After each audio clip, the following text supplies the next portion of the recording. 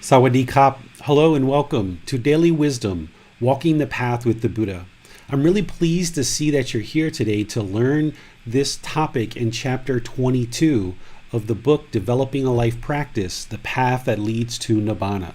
Because in our society, we as human beings tend to conform to whatever is going around in the social situation around us. This is one of the reasons why we survive, is because we conform to kind of the norms that are around us.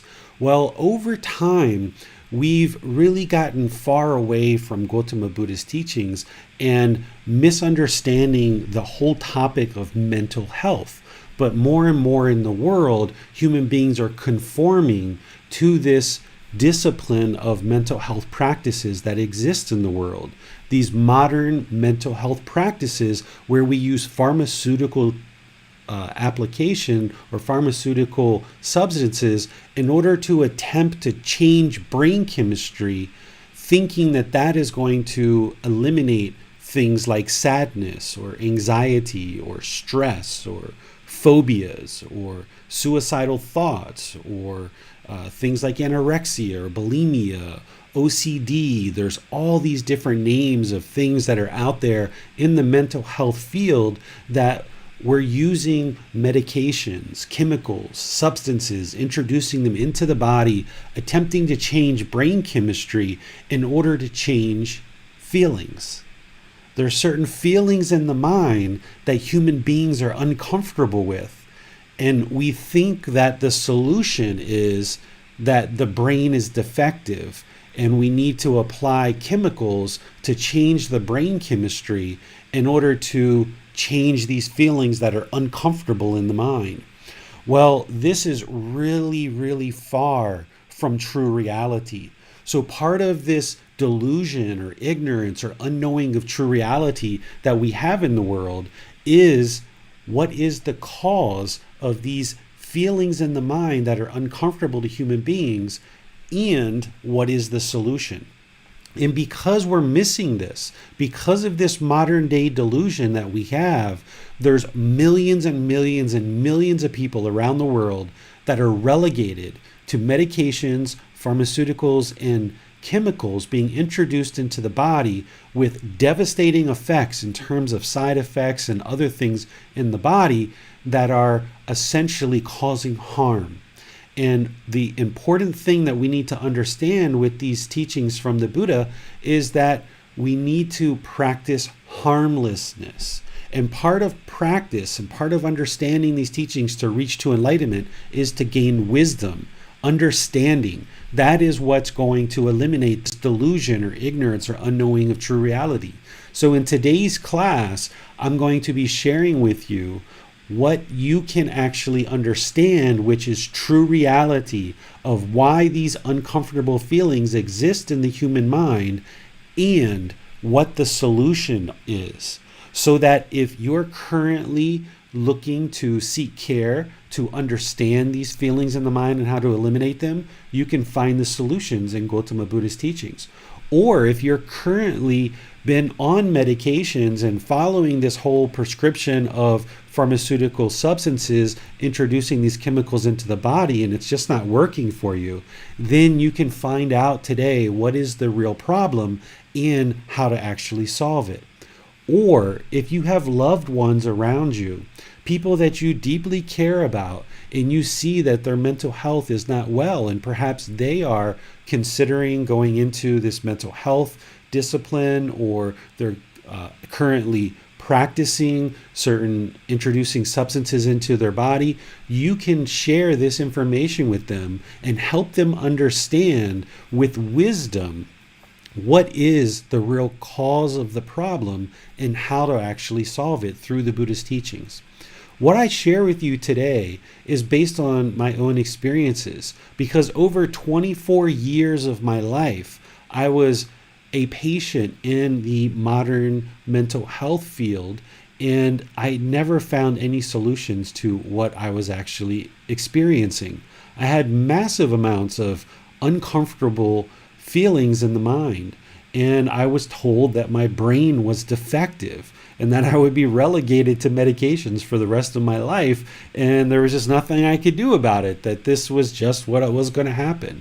And then subsequently, not long before I came to Thailand, or before I came to Thailand, I was told that I had muscular sclerosis and that I wouldn't be walking for in the next 10 years, and I needed to do these injections into my body of medicine to fix this muscular sclerosis based on the physical symptoms that I was experiencing. So there were certain physical symptoms that I've experienced in my life, and there's been certain mental symptoms that I've experienced in my life that Western medicine told me that I was mentally ill, I had a brain defect, and I needed to introduce these chemicals, very costly chemicals with just obnoxious side effects that were going to need to be done for the rest of my life. And what I discovered is that was not true. Because through learning and practicing Gotama Buddha's teachings to train the mind and stabilize the mind, I eliminated all the mental symptoms that I originally sought care for. And I eliminated all the physical symptoms that I sought care for.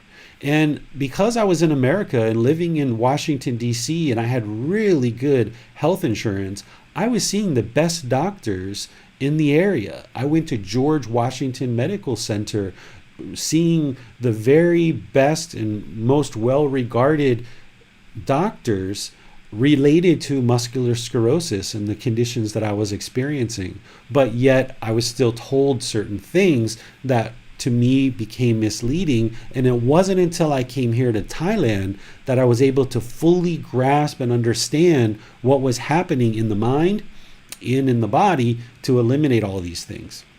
Now, the suffering and anguish that people feel in terms of the feelings that are in the mind, those are 100% real. The sadness, the anger, the anxiety, the stress, the wanting to look a different way and causing yourself to vomit, starving yourself for anorexia, the suicidal thoughts that are experienced, the highs and lows of some of these mental illnesses, the voices that people hear and are diagnosed with schizophrenia, all these different things that people are experiencing are truly 100% real. They're having these real experiences, and there's quite a deep amount of suffering and anguish that people are experiencing. But the cause of what's causing this and what people are being told is the problem, i.e. brain chemistry, and the solution, introducing chemicals into the body, this is what's not working. And I'm going to lay out for you very clearly in our talk today exactly what is the problem in the human mind, what is the solution, and then I'm going to connect it to the mental health practices of today and help you see how we're being misguided just because people don't understand. I don't feel there's any necessary malicious intent on the people that are practicing these disciplines. I don't think mental health doctors or nurses or people who are developing medications for these conditions are necessarily doing anything scrupulous or backhanded or anything like that. I feel that all of these individuals that I ever interacted with in America deeply feel and understand that they are doing what they feel is best. They truly believe that what they're doing is best. But that's the difference between belief and the truth. When we believe certain things, we can be handed down things through belief over multiple generations, and we all just conform to what's going on around us because that's what we do as social beings. We create universities, we create programs, we create a lot of things that teach people certain things, but then what we oftentimes realize as time goes on and we start to discover new things about the world, then we start realizing that the things that we did in the recent past were actually wrong and we were misled and misguided, not out of malicious intent, but just because we didn't understand what we didn't understand. And that's what delusion or ignorance or unknowing of true reality in Gotama Buddha's teachings is all about, is that we just don't understand what we don't understand. And today, my aim is to share with you how all of these uncomfortable feelings and experiences that we're having as human beings can be completely remedied and resolved through Gotama Buddha's teachings. Even things like hearing voices and schizophrenic people that are labeled as schizophrenic. This is all explainable through Gotama Buddha's teachings. In order for you to understand this, you need to first understand that Gotama Buddha's teachings are not a religion. What we've come to understand as a religion, meaning a belief system that people believe certain faith, and then they believe these things, and then they hope when they die some good result is going to happen. That's not what Gotama Buddha's teachings are whatsoever. His teachings are teachings that can be learned and practiced with guidance from a teacher. And these teachings are meant to train the mind to perform more optimally. And when someone attains enlightenment, the mind is more concentrated, focused, there's clarity of thought, there's deep, profound memory, and you can eliminate discontent feelings like sadness, anger, frustration, irritation, annoyance, guilt, shame, fear, boredom, loneliness, resentment, jealousy, shyness. All of these discontent feelings are eliminated through understanding the teachings of the Buddha, practicing them to train the mind. We're actively training the mind. We're not practicing a belief system here. We're not going on faith. In fact, everything that I share with students is never believe me about anything. And that includes today. Don't believe me about anything that I share with you, but learn it, understand it, and look at how it applies in the world and applies in your life. And that way you can then know the truth. Because when you know the truth and you independently verify that truth for yourself, then you've got wisdom. And the mind is liberated through wisdom. That's how we remedy delusion, ignorance, or unknowing of true reality, is by you taking teachings and then independently confirming them as true on your own. And then you develop wisdom, which completely dissolves and eradicates and eliminates this delusion or ignorance or unknowing of true reality on countless topics related to what we currently think in the world.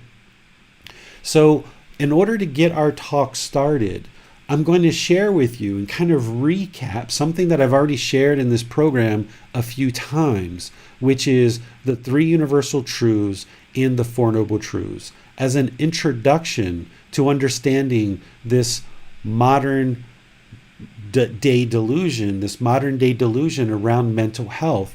Because in order for me to explain that to you, I need to make sure that everyone who's attending our talk today understands the problem and the solution in Gotama Buddha's teachings, the training of this mind, not a belief system, but how to actually train this mind. Because if you understand the three universal truths and the Four Noble Truths, and you apply that in practice and see it to be true for yourself, then that wisdom that you have will fully help you understand why what I'm sharing with you is that this mental health practices is a modern day delusion. So as always, you're welcome to ask questions by typing your questions into Facebook, YouTube, or Zoom, and our moderator Max will be sure they get asked during the class. And then for those of you guys in Zoom, you can raise your hand to either ask any questions or follow-up questions directly if you like. And I'll be pausing at different times in order to kind of help you get an opportunity to ask any questions based on the things that I'm discussing in today's class. So once again, thank you for joining today. Thank you for being very interested in learning and practicing these teachings, because as you do, you'll see the truth for yourself as the condition of the mind in your life gradually improve. So let's go ahead and start talking about the three universal truths. As I introduce this to you, it's important that as I mentioned, you don't believe anything that I share. Because if you believe what I share, you're not going to be able to acquire wisdom. It's important that as you're learning today, that you listen to what I say, you reflect on that, and you look to see if it's true or not. This is the only way to progress in your practice. You should never believe anything any teacher ever teaches you about these teachings, because belief isn't going to lead to liberation of the mind. It's not going to lead to eradication of ignorance or unknowing of true reality. So right here with this very first teaching of impermanence, I'm going to introduce it to you, and then I'm going to invite you to reflect on this and understand it so that you can determine for yourself if it's true or not. This first teaching of the very first universal truth is all about impermanence. This truth is that everything is constantly changing. There's no permanent state. So, meaning that there's no material objects or possessions, relationships, thoughts, ideas, states of mind in the unenlightened state. Everything in the world's constantly changing. All conditioned thoughts will cease to exist. So these thoughts arise and then they cease to exist. Everything that arises will cease to exist. There's no steady, constant, or fixed state other than enlightenment. And if you have questions about why enlightenment is permanent, I can explain that to you. But let me first explain impermanence. So the Buddha is saying here that there's no constant, steady, fixed state, that all conditioned things will arise and then they will cease to exist. You don't believe the Buddha. You don't believe me. What you do is you put this into practice and you determine if it's truth or not. And then you'll have wisdom. So if you can find just one thing that's permanent, then you've disproved the Buddha. And you're smarter than the Buddha. And now you can completely ignore everything that I say. And you can decide to no longer study the Buddha's teachings. So, impermanence. Everything is constantly changing. Whatever arises will cease to exist. The way you practice this is you now look in the world around you, because these are the natural laws of existence. These are the three universal truths. The Buddha knew their truth. I know their truth, but you need to know it in order to gain wisdom. So you look in the world around you. Is your body permanent? Because if your body's permanent, then you've disproven the Buddha. Has the body been exactly the same your entire life? The answer is no, right? Your body's constantly changing from birth until now, and it's going to continue to change until death. And then at death, it's going to change because it's going to change from that point forward. The body's constantly changing. Is your hair the same length? Does it always stay the same length? No. You got to constantly cut it. Or you had hair at one time and now it's gone, right? The hair is not permanent. What about your teeth? Are your teeth permanent? Have you had the same teeth your entire life? No, they're constantly changing, right? You had a set of teeth when you were younger and then they all fell out, and now you've got your adult teeth, and then your adult teeth start to decay and you've got to put fillings into them, and you've got to go to the doctor and you've got to take care of your teeth, right? Because your teeth aren't permanent. What about your job? Have you had the same exact job your entire life with the same exact income? Because that would be permanence, right? No, you haven't. What about your relationships? Have you had the same exact people in your life from the beginning of your life all the way until now? No, people come and go because they're not permanent. Are the people that are in your life always around you and you're never alone? No, sometimes you're alone, sometimes you're with people. Are your parents permanent? No, they're going to die someday. They're not permanent. And this life is not permanent either. So we could keep going through all these different things, right? We build a sidewalk and the sidewalk looks brand new, but over time it degrades, it gets cracks, it falls apart. It needs to be rebuilt because it's impermanent. We build a fence and we paint the fence and then it looks beautiful and brand new, but over time the paint fades and it needs to be repainted because the fence is impermanent. right? The sun comes out and it's all sunny, but then the clouds come and cover the sun. The weather's impermanent, right? This is a universal truth that there's no steady, constant, fixed state other than enlightenment.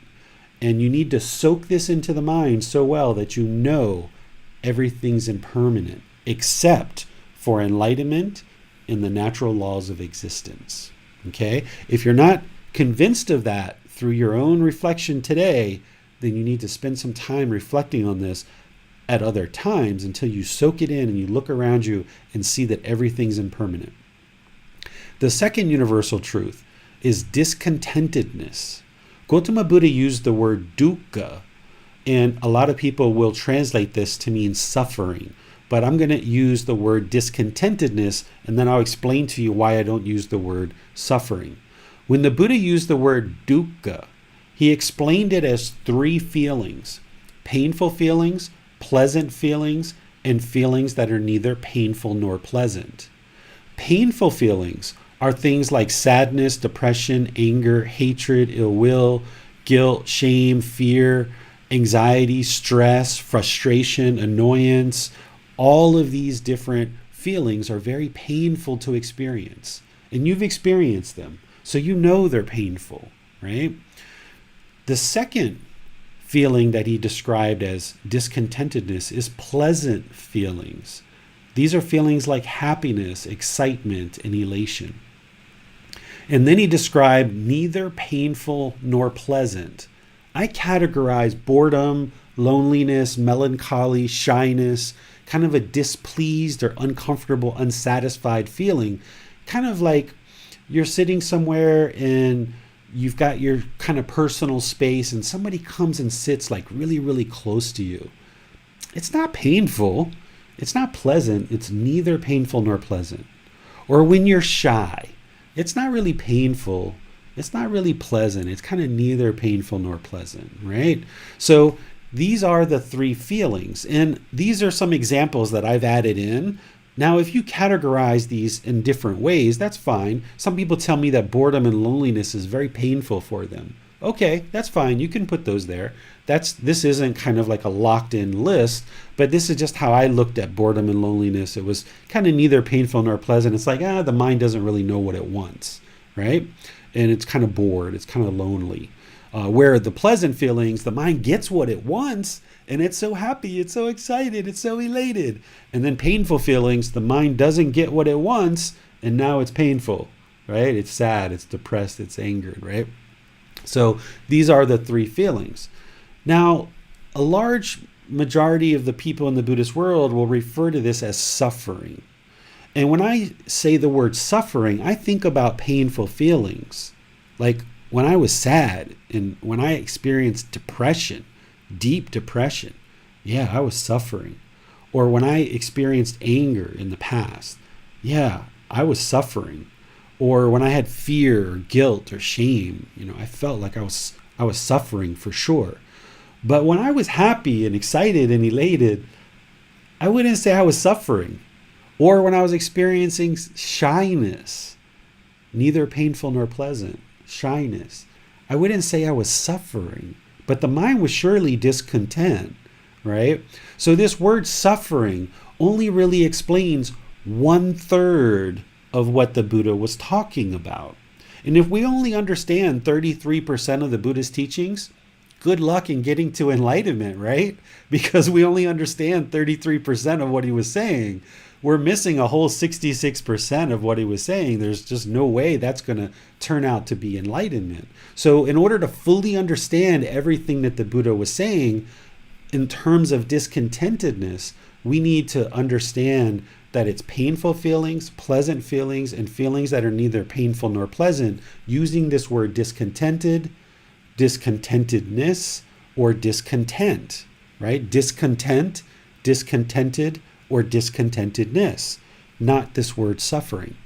Because the goal of Buddhist practice is to eliminate the discontent mind, eliminate discontentedness. And when you look at this, you might say, well, hey, why am I eliminating happiness and excitement and elation. I like those pleasant feelings. Well, yeah, you like them while they're there, but then those feelings are impermanent. And when that happiness is gone and the mind moves to sadness or anger or frustration, you don't like that, do you? So this happiness, excitement, and elation that the mind experiences, it's discontent because it's impermanent. And the mind is latching on to some external thing. And when it gets this thing, this object of its affection, it becomes happy, excited, and elated. And when it doesn't have that, that's when the mind moves to painful feelings. So the goal is to eliminate the mind's tendency to lurch and long and have this strong eagerness for these external things, which creates this happiness, excitement, and elation. By eliminating the mind's tendency to hold on to these external things, then the mind is inwardly joyful. The mind can be joyful, and it can experience this permanent joy because it's no longer latching on to these external things, right? But we're going to get to that when we talk about the Four Noble Truths. But for right now, understand the second universal truth is discontentedness. And there's these three feelings that create this second universal truth of painful feelings, pleasant feelings, and feelings that are neither painful nor pleasant. Now, you don't just agree with the Buddha, you don't believe him, you don't believe me. What you do instead is you practice. And the way you practice is you put this under a microscope and you say, okay, Mr. Gotama Buddha, who lived 2,500 years ago, everybody feels, or a lot of people feel that you had a lot of wisdom. You say there's painful feelings, pleasant feelings, and feelings that are neither painful nor pleasant. He's describing the mind to you. He's describing what it is that you experience in the unenlightened mind. So, name a feeling that you have that doesn't match to one of these three. Because if you can come up with a feeling that doesn't fit into one of these three categories, then once again, you've disproven the Buddha, you're smarter than the Buddha. So, think of a feeling that you've had. I don't have jealousy up here, right? What is jealousy? Is jealousy painful, pleasant, or neither painful nor pleasant? You decide. Some people would say it's painful. Some people would say it's neither painful nor pleasant. Or what about resentment? I don't have that feeling up here. What is resentment? Is resentment painful? Is it pleasant? Is it neither painful nor pleasant? So go through the various feelings that you've had and experienced and decide for yourself so that you can see the truth and gain wisdom. Does these three feelings describe what you experience in the mind? Painful feelings, pleasant feelings, and feelings that are neither painful nor pleasant. Okay? So you should do that, and then you know with 100% certainty, yes, discontentedness is a universal truth, and I see the wisdom in the Buddhist teachings of him having explained that. This third universal truth is about non-self. The Buddha taught that there is no permanent self. However, the unenlightened mind has a self in the mind. So let's talk about what the self is, and then we'll talk more about non-self. What a self is a self is identification with a self or a self-image. Essentially, the mind, the unenlightened mind, has in it this concept of a permanent self. Oftentimes, if you ask somebody, or if I ask you, point to yourself. Where are you? Judith, where are you? Marcia, where are you? Bill, where are you? Javier, where are you? Oftentimes people will point to the physical body and they say, there I am right there. No, that's just a shirt. Okay, well, take off the shirt. Where are you, David? I point. No, that's skin. You're pointing to skin. That's not David. That's just skin. So we get rid of the skin. Where's David? Point to David. Oh, that's the bones. That's the rib cage. Okay, let's get rid of the rib cage. Where's David? Oh, now we've got organs, we've got liquid, we've got fluid. Where is this permanent David? The permanent David doesn't exist because there's many Davids in the world. There's millions of Davids in the world, right? So this permanent self that's in the mind of the unenlightened mind thinks that there is a permanent self. You can look at how you looked at yourself when you were a child, when you were a teenager, early adulthood, and how you viewed yourself has been constantly changing. The way you looked at yourself as a child, adolescent, or early adulthood is very different than the way you look at yourself now, because there is no permanent self, because the self keeps changing. Your image and your identity keeps changing.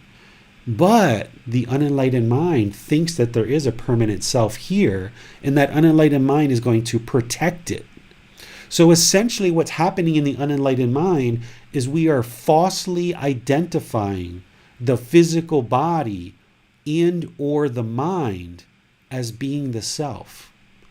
The unenlightened mind is falsely identifying the physical body or the mind as being a self, as a permanent self that needs to be protected at all costs. And because of this, you cause yourself discontentedness. Part of what is causing the discontentedness is that you're protecting this self, and the mind becomes very fearful, right? And it's this protection of the self that is part of what causes the mind to be discontent. So in order to attain enlightenment, this self needs to be eradicated, which is a whole nother talk, a whole nother aspect of the teachings. This part of the universal truths is that you need to understand that there is no self. And this usually takes time for the mind to gradually realize this. You have to understand it intellectually, but then you need to get this practical understanding of it by putting it into practice. And then you get to what we call realizing non-self, or eliminating the fetter of a personal existence view. Once you're able to realize non-self, eliminating this personal existence view, eliminating this self from the mind, then the mind will be more liberated. Because as long as you hold this permanent self in the mind, then the mind's going to want to protect it. And it causes all kinds of complications because of this false identification of the body and the mind as being a self.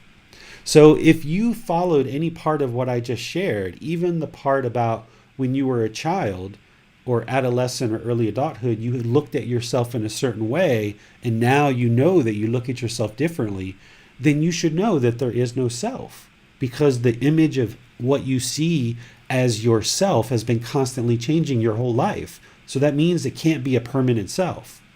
Or another way is to point. Where are you? You can't point to you. You can point to a physical body, you can point to a mind, but you can't point to James or Max or Judith or Marcia or Bill, because these don't exist. These are just labels that we were given at birth in order to make it easy for people to understand who they were talking about. Because you can't say this bag of skin with lots of bones and fluid just walked in and is doing his homework, Grandma. You know, my mom couldn't say that, right? My mom said, David just came in and he's about to do his homework, right? So this name was given to me at birth as a label so that people knew that this physical body and this mind, this combination of these two things together, we're going to call that David for this life. We're going to call that thing David over there, okay? This little blob that just came out of its mom's stomach, we're going to call it David, right? And then the problem becomes that we start assigning identity and image, this self-identity, this self-image to this name David. And then we want to protect it. And then when another David walks in, I don't like it because I'm David, right? How's this guy David? I'm David, right? I remember this when I was a child, when there was other Davids in the room. I didn't like them. I didn't like other people named David, right? Because I'm David. How can they be David, right? This is what the mind does because it thinks that there's a permanent self. So you've got to get to the point where you don't have this self in the mind, And that starts with understanding, this intellectual understanding, that there is no self. You can't point to a self. And that's something that the mind needs to gradually understand as you progress on this path. And this is the third universal truth. So let me pause here and see if there's any questions on any of these. Remember, you can type those into the comment section, or in in Zoom, you can raise your hand electronically and ask any questions. I have a question, David. Would an enlightened mind experience any pleasant feelings or painful feelings? An enlightened mind is not going to experience any painful feelings or pleasant feelings. And the way that we're defining this is these are feelings that are based on a condition, an external source. So your girlfriend or boyfriend broke up with you and now you're sad. Or you lost your mobile phone and now you're sad and angry and upset. Your child comes home with grades that are displeasing to you and now you're disappointed. An enlightened mind's not going to experience that. Or you get a new girlfriend and now you're happy. Or you get a new job and now you're so happy because you got a new job. Okay? An enlightened mind's not going to experience those. But when your kid comes home with grades that are not to your liking, an enlightened mind is going to look at this as an impermanent situation, that all we need to do is apply wisdom in order to solve this problem, solve this challenge, and make sure the child gets the support it needs in order to improve its grades. So an enlightened mind, rather than feeling sad or disappointed in the child, it's going to recognize this as impermanent, and all we need to do is apply wisdom, support the child, and figure out how to encourage them, motivate them, and provide them the resources they need in order to get better grades. And those can be improved. And conversely, if you get a new job, or you get a new boyfriend or girlfriend, or an enlightened mind experiences something that you get that is something you're interested in, you're not going to have this happiness and excitement and elation. You're going to be like, okay, excellent. Things are moving in the right direction. This is what I needed in order to get to the next step of what I'm doing in my life. But you're not going to have this temporary happiness, excitement, and elation. You'll just feel joy. You'll just feel an internal joy, but you'll feel that joy all the time, not based on this external thing. So when my son comes home with good grades, I am pleased. It feels good to see that he's got good grades, and but I'm already joyful before he actually brings the grades home. I'm already experiencing joy, and then when he brings the grades home and they're good, I still feel joy. If he brings home a report and they're bad grades, like his tie is not as good as his other subjects, his tie is kind of low, I don't feel disappointed. I don't feel the joy is gone. I don't feel anger. I just feel like, okay, we need to get him more support and we need to improve this grade. So an enlightened mind is going to experience no painful feelings whatsoever, no pleasant feelings, no feelings that are neither painful nor pleasant, but the mind's going to be permanently peaceful, calm, serene, and content with joy. But none of those feelings are going to be based on external conditions. An enlightened mind is going to laugh and joke and have fun, but the mind's not going to long for that. It's not going to be constantly trying to continue that. An enlightened mind is going to be in the middle, where you can laugh and joke and have fun, but then boom, you come right back to the middle, because you know that feeling of joy or that feeling of laughing at the joke is impermanent. And you see the danger in allowing the mind to dwell in that temporary happiness and excitement, so you're able to pull the mind back to the middle. Because if you allow the mind to latch on to this external condition, and that's the source of your happiness, then when that condition's gone, the mind's going to then move to sadness and anger or something else. So essentially what the mind becomes is it no longer is latching on to these external conditions, looking for these external conditions to create internal feelings. So the enlightened mind is no longer going to be looking for happiness, excitement, and elation externally and looking for certain conditions to be met. And now I'm happy because of these external conditions are met. An enlightened mind is just going to be joyful all the time, regardless of what's going on around you. And because of that, and the mind has been trained so well, then the mind also doesn't get sad or angered based on external conditions either, because it doesn't latch on to these external things. It's inwardly satisfied, it's inwardly content, and it's inwardly joyful. Okay, thank you, David. We have a question from Judith. So, do we need some kind of temporary sense of self in order to go through this life circumstances, even if we can see that there is no real self? You don't need a self. It's not required. But there is the concept of a self in the mind. The unenlightened mind thinks there's a self, and it holds on to this self until you learn that there isn't a self, and you take direct steps to actively train the mind to eliminate this self. So the self's going to be there in the mind until you make the choice to learn about non-self and apply specific practices to eliminate the self from the mind. And as long as there's a self there, you're going to experience discontentedness. It's just part of how the human mind works, that as long as it falsely identifies this physical body and mind as the self, as long as you believe that there's Judith and you don't know the truth and have the wisdom of non-self and realizing non-self, you're going to experience discontentedness. And even when you eradicate the self, that's just the first fetter. Even when you eradicate the self, there's still going to be some discontentedness because you haven't eliminated all 10 fetters yet. It's only when you eliminate all 10 that you actually get to the point where there's no discontentedness whatsoever. So the human beings don't need this self. But the problem is that human beings are holding on to this self, and that's causing massive problems in the mind and in the world. Thank you, David. We have no more questions at the moment.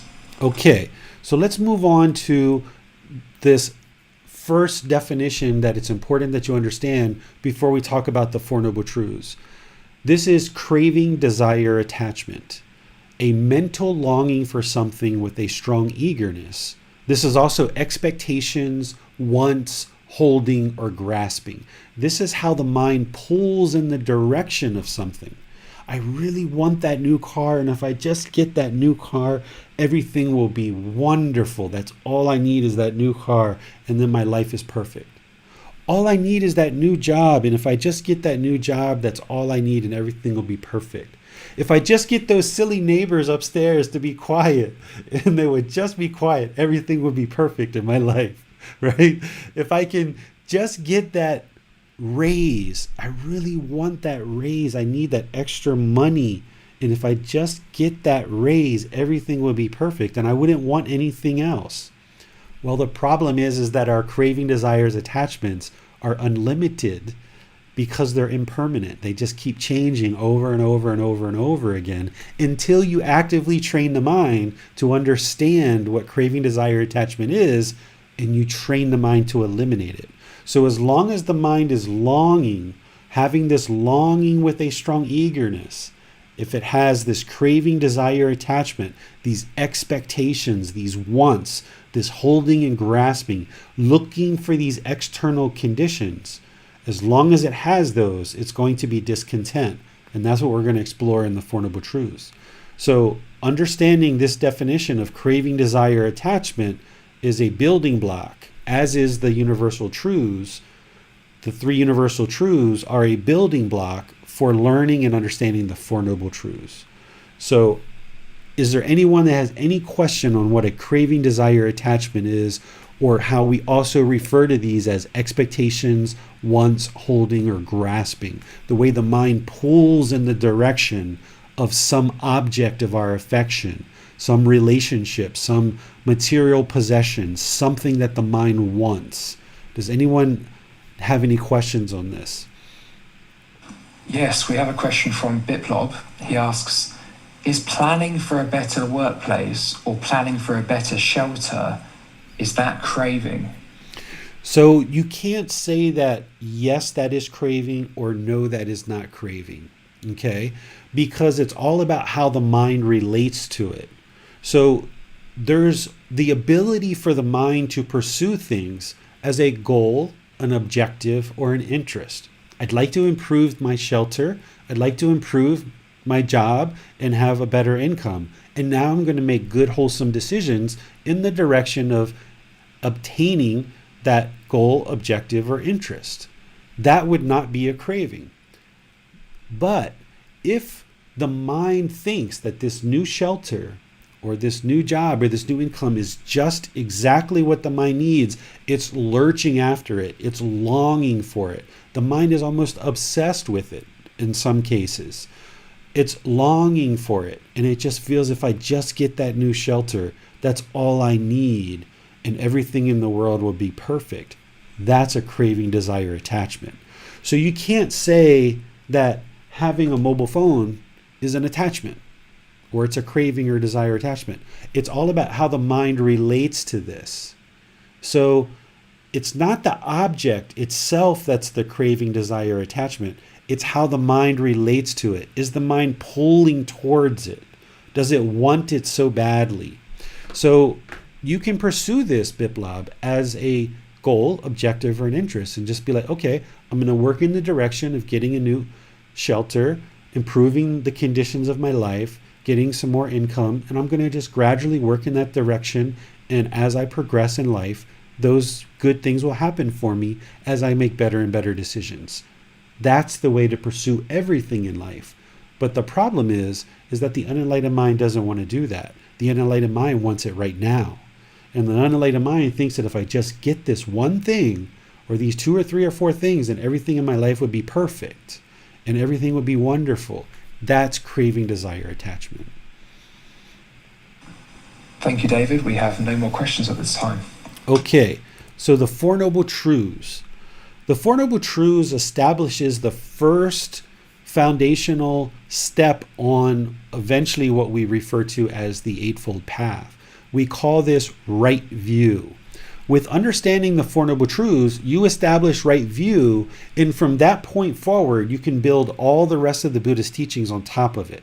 But without understanding the Four Noble Truths and right view, you wouldn't be able to progress and understand and practice anything else that the Buddha has to teach you.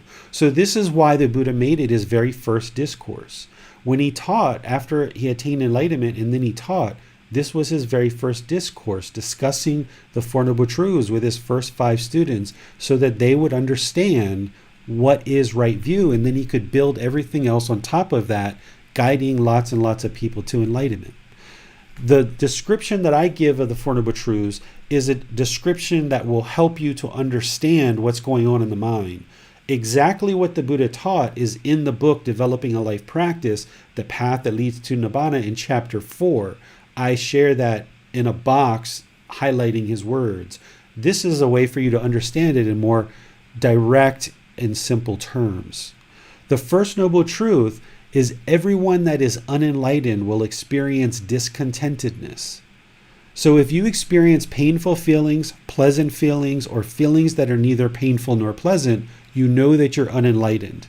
So if you experience anger, frustration, irritation, annoyance, guilt, shame, fear, if your mind becomes happy and excited and elated, then that's pleasant feelings. That's discontentedness. If you experience neither painful nor pleasant, shyness, boredom, loneliness, displeasure, discomfortableness, then you know that you're unenlightened. Big deal. There's lots of unenlightened people in the world. You're learning the Buddhist teachings and your goal is to attain enlightenment. But one of the big questions that people always ask is, how do I know if I'm enlightened or not? How do I know if I'm unenlightened? Well, the way you know you're unenlightened is that you experience discontent feelings, and that's how you know that you're unenlightened. But big deal, you're on the path to enlightenment. Let's improve that by learning what the problem is. because the second noble truth shares what is the problem, the cause of the problem, right? The first noble truth is the problem. The problem is that everyone that is unenlightened will experience discontentedness. The second noble truth explains the cause of the problem. The cause is discontentedness is caused by our own attachments, because the mind craves for everything to be permanent when everything in the world is impermanent. So let's go through that a few times and give you some examples. Discontentedness is caused. So these painful feelings, pleasant feelings, and feelings that are neither painful nor pleasant, this anger, sadness, frustration, irritation, happiness, excitement, elation, boredom, loneliness, shyness, all of these discontent feelings are caused by the mind having this longing and a strong eagerness, this craving for everything to be permanent when everything in the world is impermanent. So the mind craves permanence. It wants permanence. Another way to say that is the mind does not like change. The mind does not like impermanence. The unenlightened mind just does not like when things are constantly changing. But the problem is that everything's always constantly changing because everything is impermanent. An example of this is when you've had a boyfriend or girlfriend in the past and you guys got along for a certain period of time and everything was wonderful. At some point, you guys decided to split and you became either angered or frustrated or irritated or annoyed. You might have become bored or lonely. The reason why is because your mind was craving for this relationship to be permanent.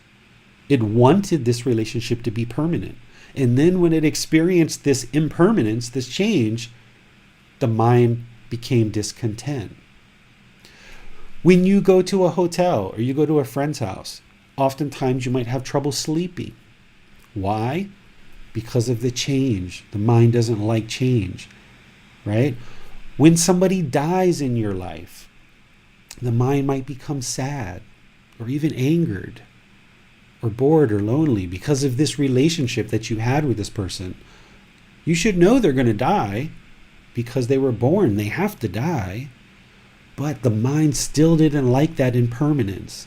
It didn't like the fact that things changed, that you had this relationship with this person and now they're gone because the mind craved permanence. So therefore, the mind caused itself to be discontent because it has this longing with a strong eagerness. It has this craving, desire, attachment for things to be permanent when everything is impermanent.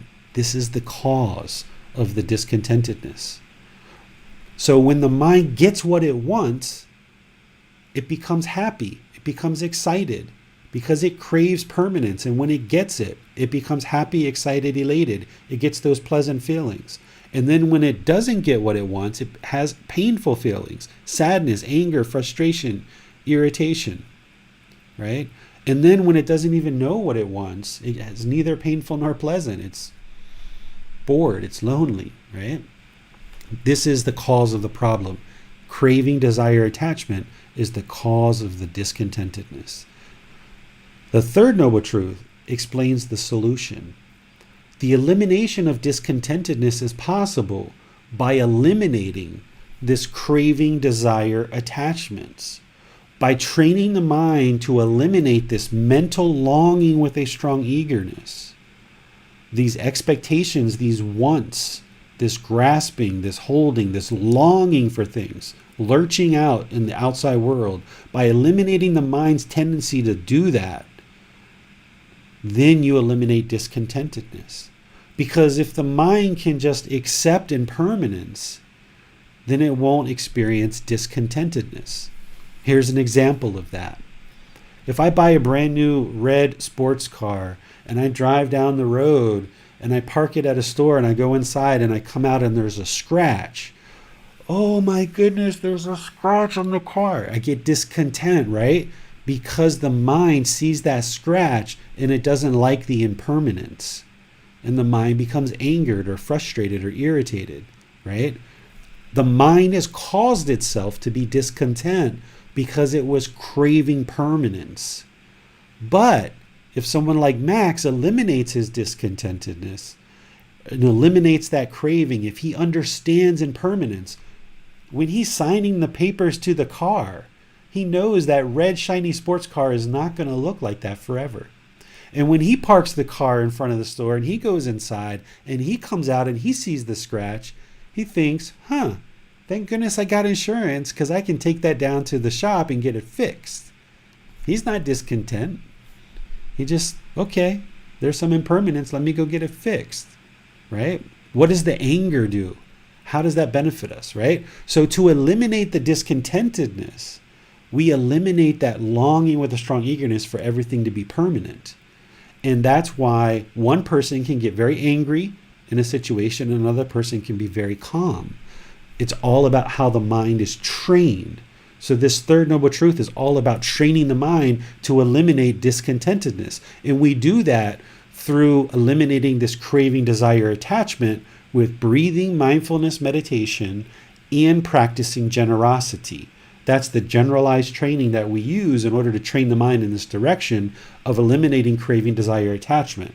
But there's also other things that I talk about in chapter 12 that help you to identify attachments and how to eliminate them, because there's things you need to do outside of meditation as well to eliminate this from the mind.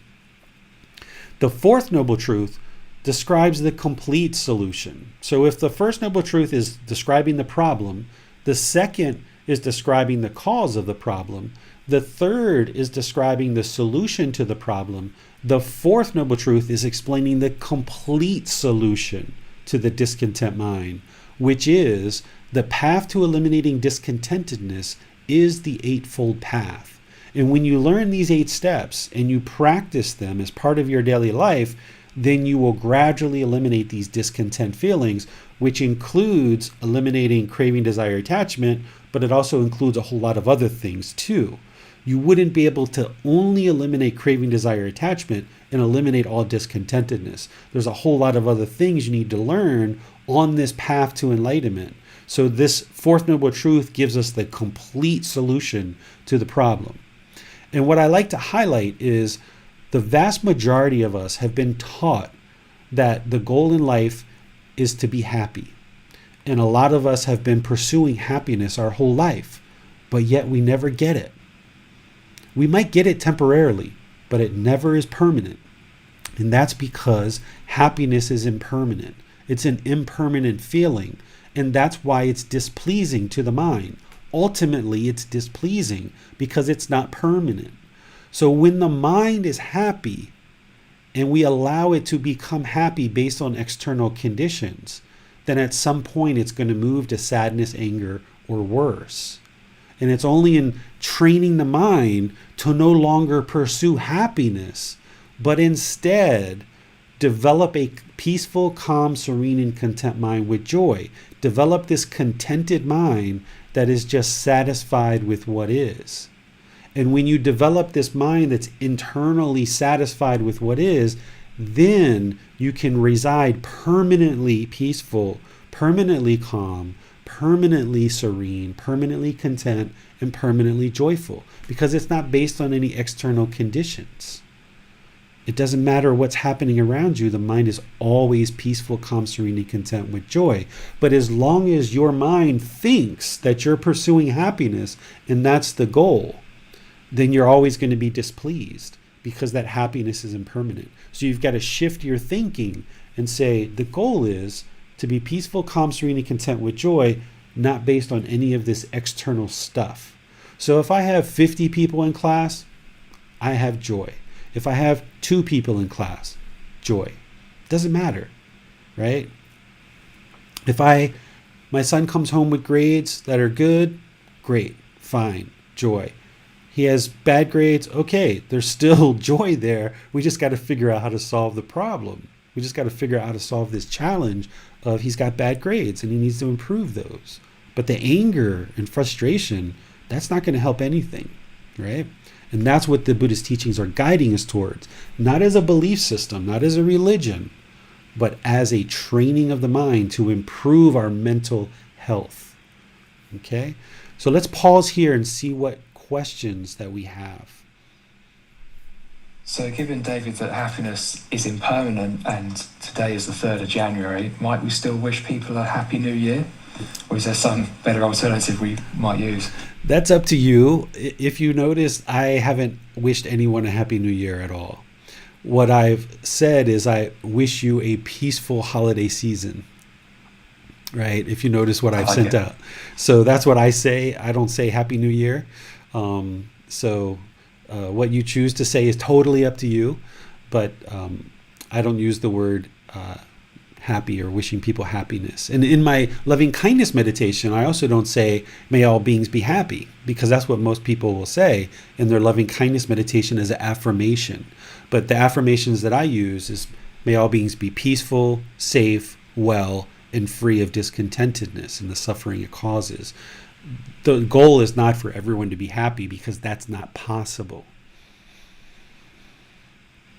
Got it. Thank you, David. So we do have one more question, but I think it might be better placed when we get on to the mental health component of our talk today. Okay, so let's move on to the next piece then.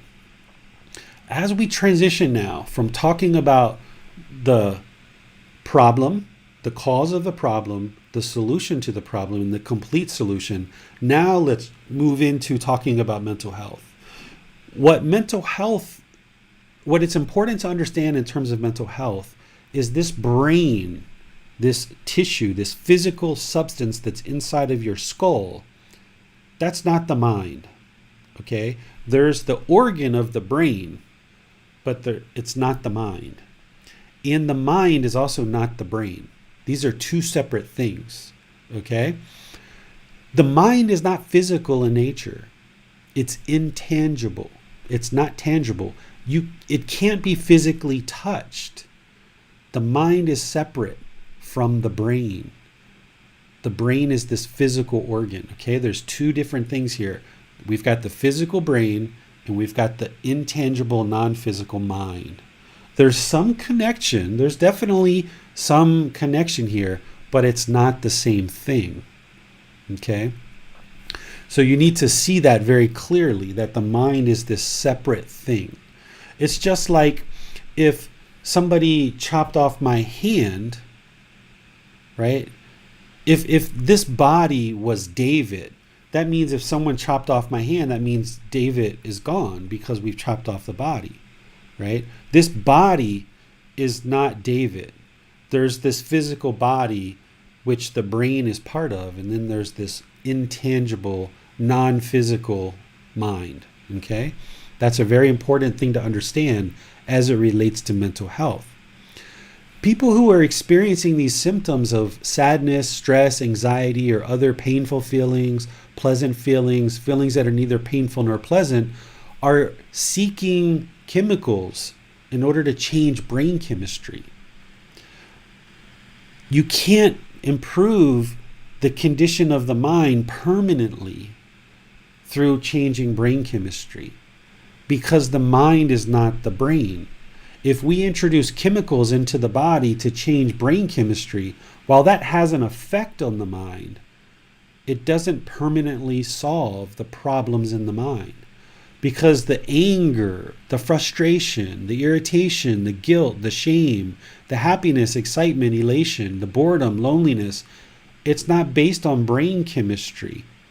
The reason why we're experiencing these feelings is because of craving, desire, attachment. The mind longing, wanting things to be permanent.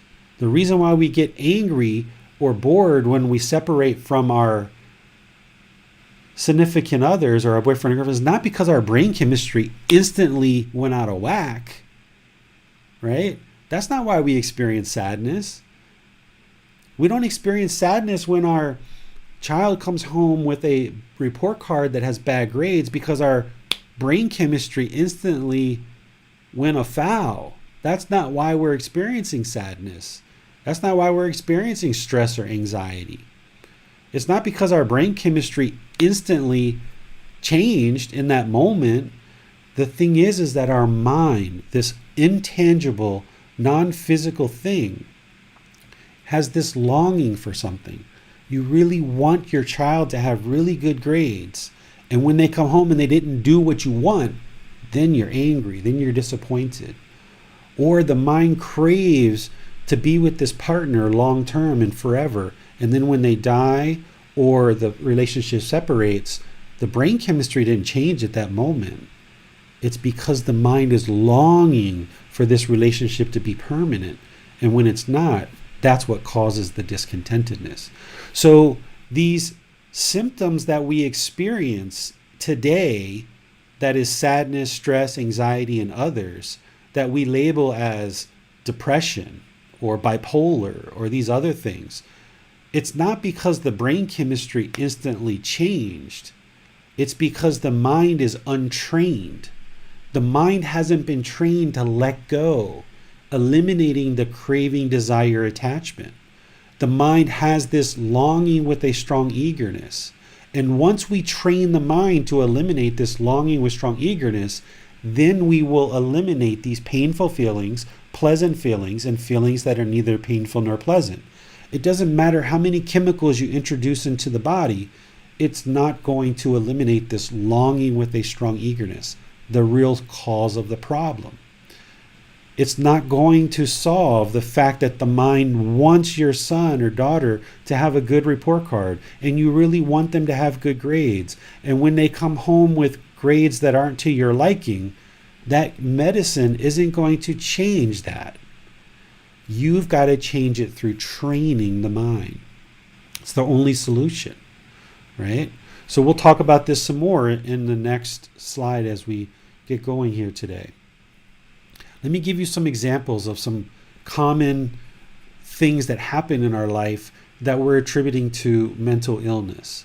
Let's say that somebody has some childhood traumas in their life.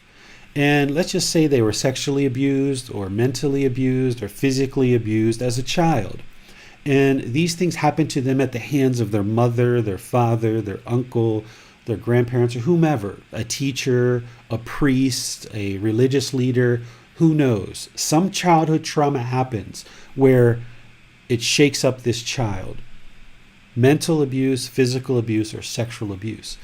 And because of this abuse, the mind experiences very painful feelings, sadness, anger, frustration, guilt, shame, fear, right? All of these things. And this unenlightened mind, because it craves permanence, it holds on.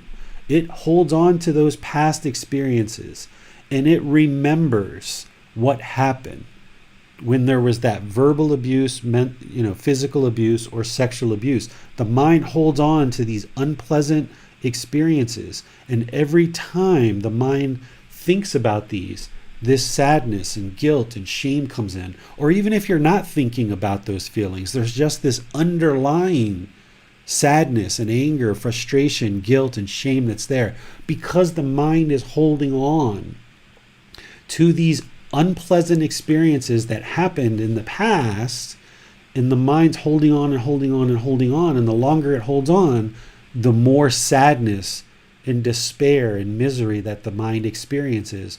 Ultimately, potentially getting to the point where this person who experienced this childhood trauma decides that they're going to try to commit suicide and kill themselves because their mind is so discontent from these painful feelings. And now we label that person as being mentally ill because they would like to kill themselves, right? This person is certainly experiencing symptoms. They're certainly experiencing sadness and despair and misery. That's all real. They truly are interested in ending those feelings. If you talk to most people who are interested in killing themselves, they really don't want to die. They just want to end those feelings. They want to get rid of those sad feelings, that despair. That's what they want to end. They don't want to end their life, but they'll see the only way out is to end their life because they don't know the solution of how to end those feelings. Doesn't matter how much medication that they take, how many chemicals they introduce into the body, those experiences that they had as a child aren't eliminated. The mind's holding on to them. And as long as there's this longing and strong eagerness, the mind's holding on, and holding on. As long as it's doing that, it's going to experience these painful feelings, right? So this chemical, this compound, this medicine that's being introduced into the body isn't solving the suicidal thoughts, because it's not solving the core problem, which is the mind is holding on. The mind hasn't been trained to let go of these past experiences. So therefore, it's experiencing sadness, anger, frustration, guilt, and shame. And it becomes so overwhelming that some people choose to take their life or attempt to take their life. There's another one called bipolar disorder, right? Bipolar disorder is where people say that the brain chemistry is off, and therefore these people will experience deep sadness and despair, and then it will cycle and become excited, and the mind will become elated. It's called mania. Essentially, what the mind is experiencing is painful feelings and pleasant feelings, and it cycles through these feelings from painful to pleasant. And oftentimes people who are experiencing this will have deep cravings and addictions, either substance abuse, sexual addictions, gambling addictions. They will go out and spend money and shop and try to buy up a bunch of things. Because the mind is so discontent, the person is searching and longing for pleasant feelings when there's mania. They're longing for those pleasant feelings, and the way that they get them is through sex, through drugs and alcohol, through gambling, through shopping, things like this, right? Or those things aren't going on, and then the mind becomes very sad, very depressed. Because oftentimes these addictions, these cravings, if there's a sexual addiction, if there's substance abuse, if there's gambling, if there's shopping, eventually there's no more money. Eventually there's not enough people to have sex with. Eventually the gambling is done and over. Eventually the drugs and alcohol are gone, and the mind cycles down to sad feelings, despair, depression. And this is the mind that is untrained, that is cycling up and down and up and down. Doesn't matter how much chemicals you introduce into the body, if this person has a longing with a strong eagerness for sex or drugs or gambling or shopping, the mind's going to keep chasing those pleasant feelings, whatever they are. And as long as the mind's lurching for those pleasant feelings, when those pleasant feelings aren't there, when those conditions aren't there, it's going to cycle to sadness. And now it's going to be angered or frustrated or sad. It doesn't matter which chemical you introduce into the body. Additionally, bipolar people are oftentimes classified and labeled as being rude or impolite or angry or frustrated. And, when they speak, they might speak aggressively or hostile for some people, not all. But this is just an untrained mind that doesn't understand what we call right speech, right? And hasn't been practicing right speech, right? I share these things, these examples, because these are examples from my life. I had childhood trauma, and I also had been labeled as bipolar disorder. And I also, at some points in my life, had suicidal thoughts. And at some times in my life, I had this, what they call mania or sadness and despair. And I was on lots of different medications to solve all of these problems over 24 years. And nothing ever solved it. Nothing. Until I got off the medications and practiced the Buddhist teachings. And that's what solved it, right? Now, I don't experience any of that whatsoever.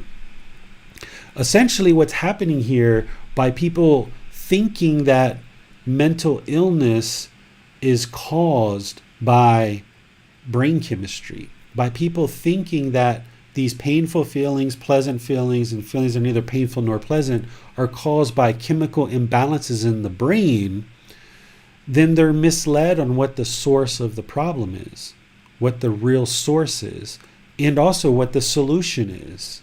So as long as millions and millions of people think that their brain is defective It's not producing the right chemicals, and therefore they need to introduce this pharmaceutical substance into the body to solve this brain chemistry. As long as people are doing that, they're never going to get to a permanent solution because they're not addressing the real problem, which is this craving, desire, attachment, and that the mind is untrained and not practicing this eightfold path.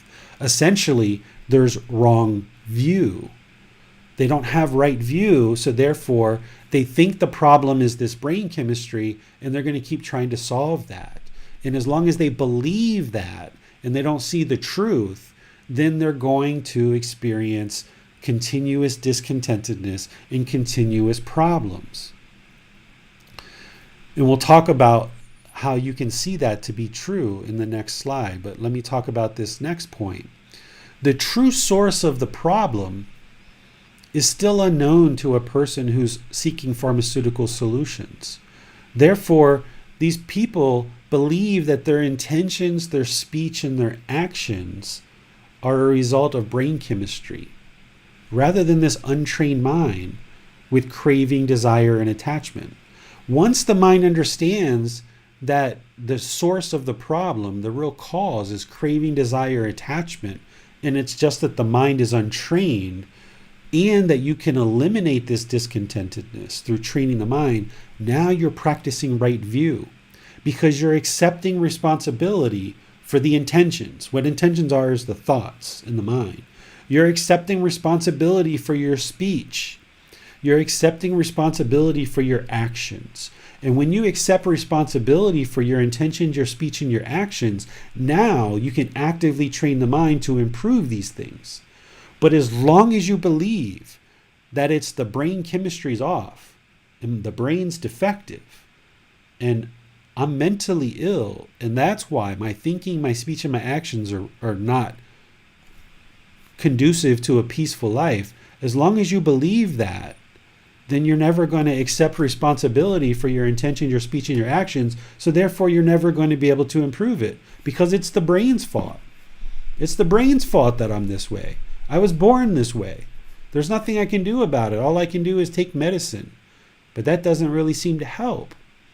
It maybe helps a little bit, but it doesn't totally solve the problem because the person hasn't accepted responsibility for their intentions, speech, and actions. They're not practicing right view. And that's what I was doing for a very long period of time. I didn't have right view. I never truly believed that I was bipolar. But to a certain level, I did believe it because I took medicine for 24 years, right? So to a certain degree, I did believe it. But I never truly believed it. So when I started getting indications that that wasn't the problem and there's this other solution, I moved towards that other solution in a very consistent and dedicated way to solve this discontent mind. And that's what ultimately did it, is through practicing right view and all the rest of the teachings. So let me pause here and see if we have any questions before we go to the next part that I was going to share with you guys. We have a question from Judith. I know people who committed suicide to end inanition and important disability. How does it work when the problem is not discontent feelings, but inanition or long-term physical torture? That's still discontentedness because the mind is craving permanent health. The mind thinks that this physical body should be permanently healthy. So when they experience disorders or they experience sickness in the body, the mind becomes discontent because the mind thinks that there should be permanent health. And now because the mind is discontent, they kill themselves.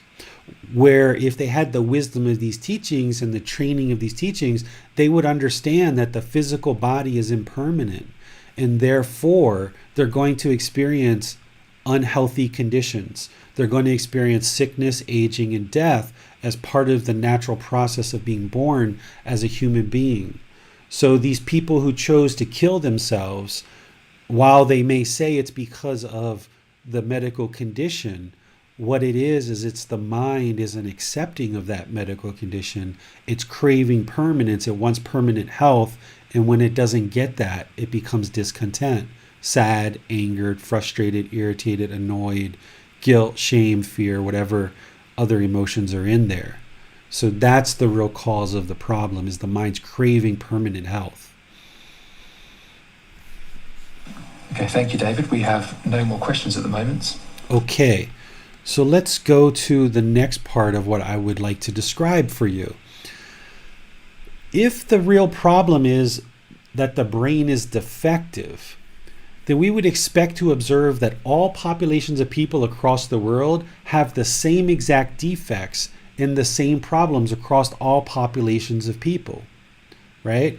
If the true problem is a brain defect, that the chemicals in the brain are defective, then we would expect to see a large population of people all across the world meeting these similar criteria. So we would expect people in each country of the world to have these same brain defects because it's a human defect, right? That's what we're taught when you go through the mental health field, if you've been a patient there.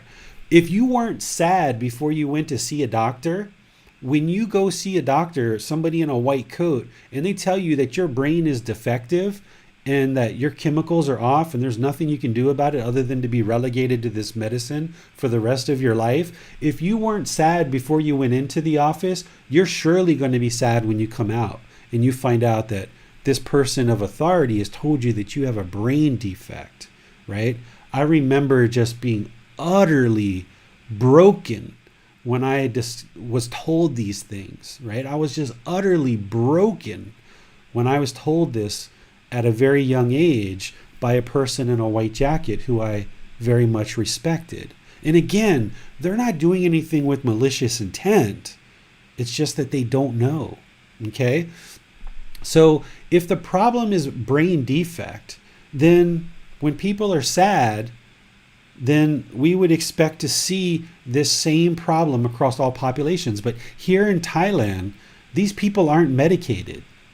When people experience discontentedness, they seek guidance in the Buddhist teachings or from their elders, and they find ways to solve their problems and peacefully coexist with each other. They accept the responsibility for their discontent mind.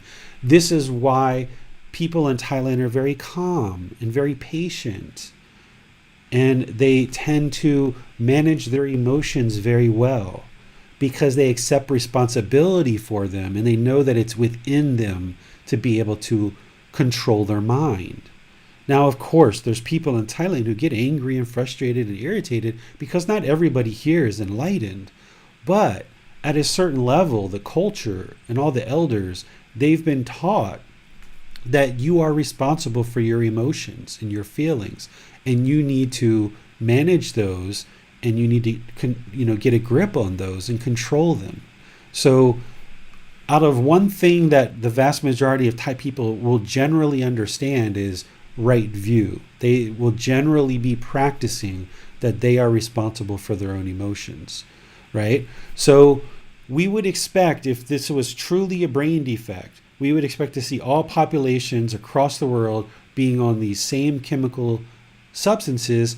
And why did all of this just happen in the last 50 years, right? There's been this proliferation of chemicals and mental health problems in the last 50 years.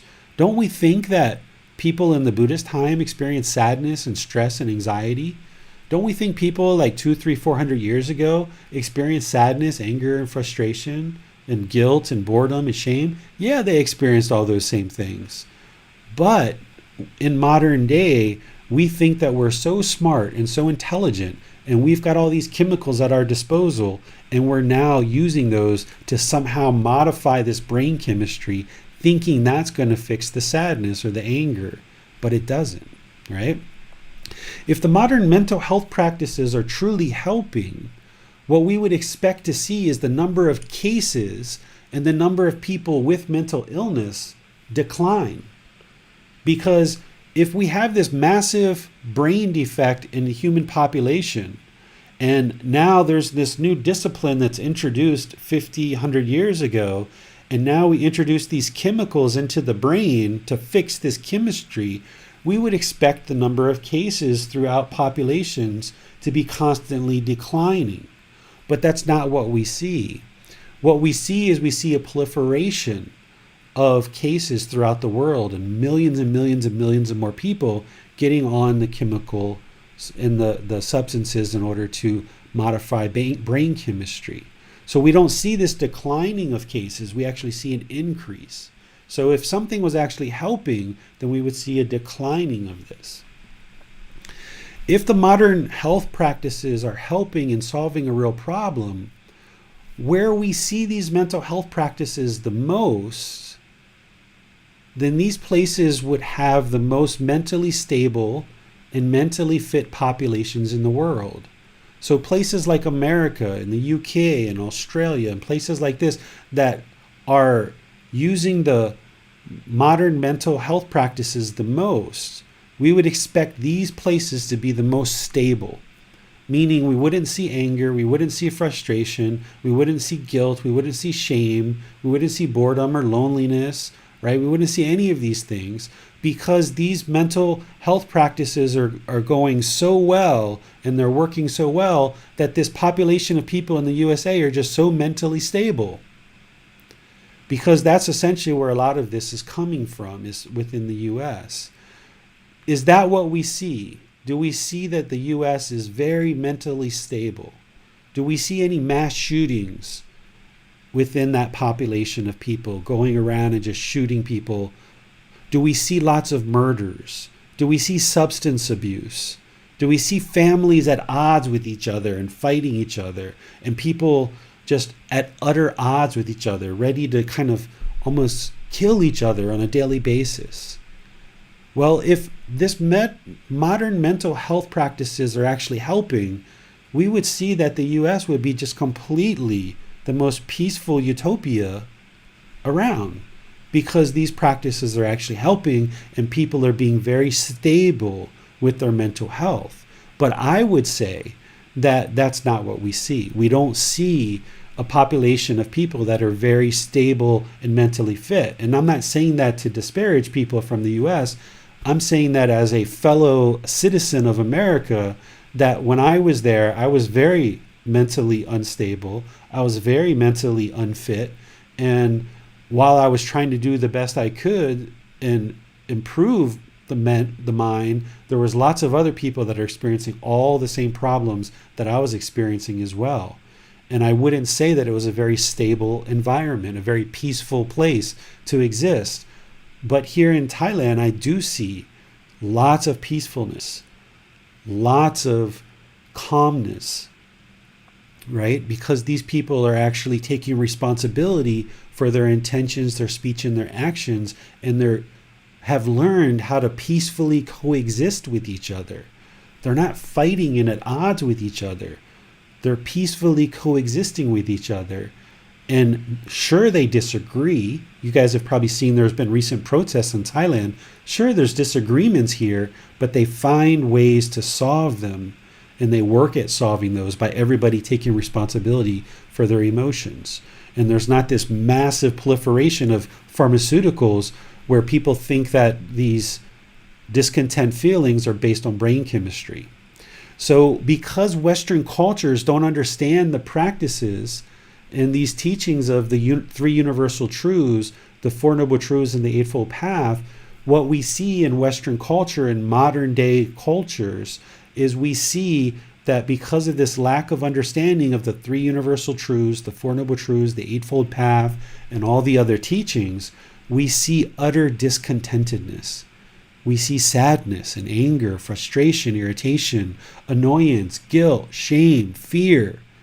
People want to be happy and excited and elated, boredom and loneliness and shyness and displeasure and complaining, right? We see a lot of that. Now, sure, there's certain communities in the world, in these cultures, that are very peaceful, right? There's definitely people that are more peaceful than others. But when you look at the populations as a whole, you just see utter discontentedness. And the reason why I'm sharing this information is not to disparage these people. I'm sharing this information so that people can understand what the real source of the problem is and so that they can fix it, right? I'm looking to share the solution into the world so that more and more people can experience this peacefulness that exist here in Thailand. Because the more that the Western culture understands the three universal truths, the Four Noble Truths, the Eightfold Path, and everything else that the Buddha has to share, the more that we accept responsibility for our intentions, our speech, and our actions, the more that we understand that it's not brain chemistry that's causing all of this discontentedness. It's how the mind is untrained. The more we understand that and we start training our mind, the more that you can eliminate this discontentedness, and the more this entire world will become peaceful.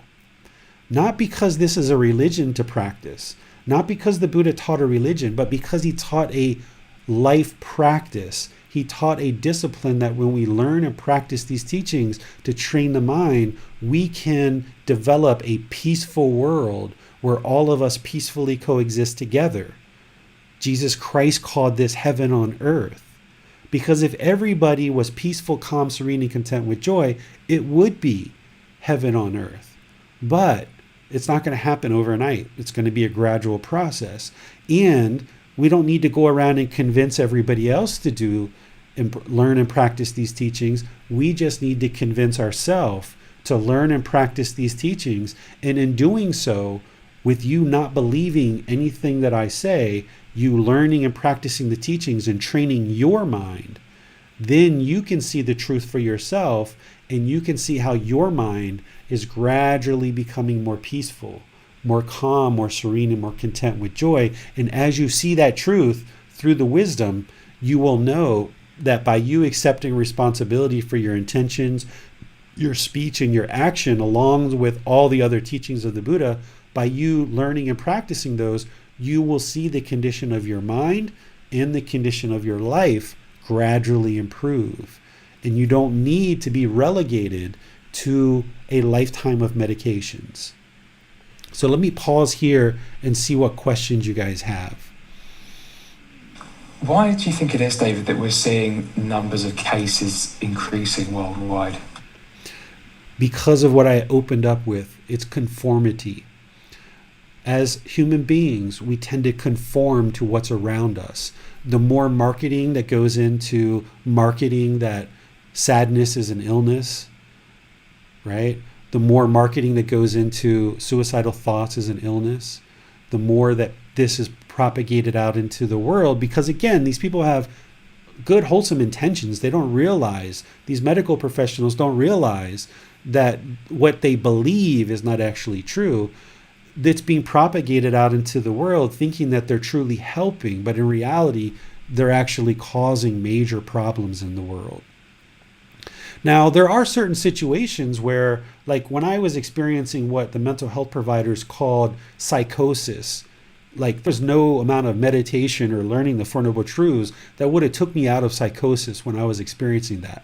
When the mind was unraveling and I started hearing different things and I started seeing certain things, there was no amount of meditation at that specific moment that was going to solve that. So I needed those pharmaceutical psychiatric drugs in order to bring the brain chemistry to a certain level, which then helped to influence the mind to be a little bit more calm. But that's an acute situation that's being solved in that situation. If people grew up like the Thai people grow up, with these teachings permeating in the culture for over 1,000 years now. Over 1,000 years, these people have been learning and practicing these teachings. It's so embedded into their culture, and they grow up learning good mental health practices. If that is what we get to in the Western world, where we all grow up learning these things, then we don't ever get to psychosis. We don't ever get to those problems. You look in the news, you don't see mass shootings in Thailand. You don't see people shooting up schools, right? You don't see people murdering in Thailand. You'll hear an occasional murder here and there. But when I looked at this in America, there's 40 or 50 murders a day in America, right? And there's some cities that'll have 20 or 30 murders in a day, in one day, on certain holidays, right? And this is because of a lack of training and discipline of the mind. But here in Thailand, I don't know how many murders we have in a given year, but it's very rare to hear about a murder here in Thailand, because people just understand that that is not helpful to their life. It occasionally does happen, but very, very rarely. So this proliferation of mental health practices in the world is all because of conformity. We're conforming to what we think is right, and we tend to believe science. And there's a lot of wonderful things that have come out of science. Science has helped humanity enormously, right? But the problem is that we get so egotistical, and we think that we're so smart, and we do things better than anybody else on the world and anything else in the past.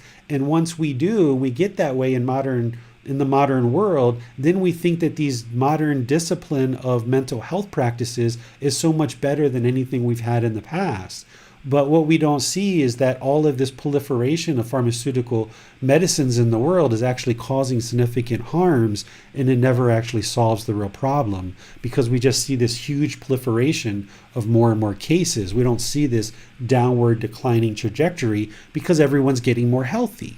Because if these practices were good, we would see that people would be getting more healthy, and we would see that less and less people would need these mental drugs, these pharmaceutical drugs. Because when we introduce things like exercise in the world, our lifespans increased, right? When people started exercising and training the physical body, the lifespan started increasing. Our life expectancy increased. That's how we know that exercise works. But here with the mental discipline of practicing pharmaceuticals being interjected into the body, we don't see that. We don't see a declining of cases. We see a proliferation because of conformity and our ego thinking that we are so much smarter than these things that have been shared in the past. And also, these teachings of the Buddha are really not really well understood in the world. Thailand is not the kind of country that is, we know the truth and we're going to convince everyone in the world of what the truth is. And we're going to go out and actively campaign to convince everyone to learn the Buddhist teachings. That's not how Thailand functions. Thailand has a lot of wonderful things here, and they will share them. They don't hold on to them. They will share them, but only if people ask. You guys might think this is a lie, but you should know by now I don't lie. Thailand knows how to create rain. Okay, there's times in Thailand where it hasn't rained for a really long time and it becomes really polluted, and there's lots of fires, forest fires and things like this. They have a way to take airplanes up into the sky, and they spray a certain substance, and it actually produces rain. They actually announce it on the news. They say, okay, everybody, it hasn't rained for a really long time. We're going to start launching our planes and we're going to make it rain. Within 3 to 4 days, it starts raining, right? Because they have to put a certain amount of this in the atmosphere for it to rain. Now, does anyone else in the world know that that exists? I don't think so. Why? Because Thailand doesn't just push what they know, their wisdom, in an egotistical way into the world. If anybody ever came here and asked the Thai people, how do you do this? I'm sure they would be more than willing to share it with them, and they'd probably share it for free. They wouldn't charge any money for it. But this is something that was developed by the past king because he was an engineer. King Rama IX, he developed this technology along with the Thai government, and they will implement it every so often, and they let everyone know that they're doing it, so that if we see the planes flying around, we don't get confused of what's going on. And lo and behold, right after they launch the planes, it starts raining. So that's how I know it's true, because I've seen it with my own eyes. So these teachings of the Buddha are here in Thailand, but they're not going to push them out into the world. They're available for people who choose to learn them and practice them. And when people choose to do that, they will see the truth for themselves, that the condition of the mind improves.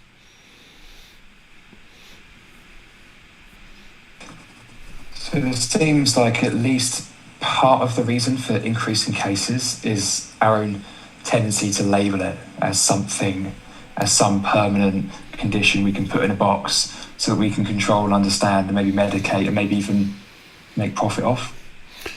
It could be agreed, but see, people don't know that there's a problem, or I'm sorry, they don't know the solution, right? The only, like when people get sad or angry or frustrated or feeling guilt or shame or suicidal thoughts, of course, they want to solve that problem because there's symptoms, there's anguish there.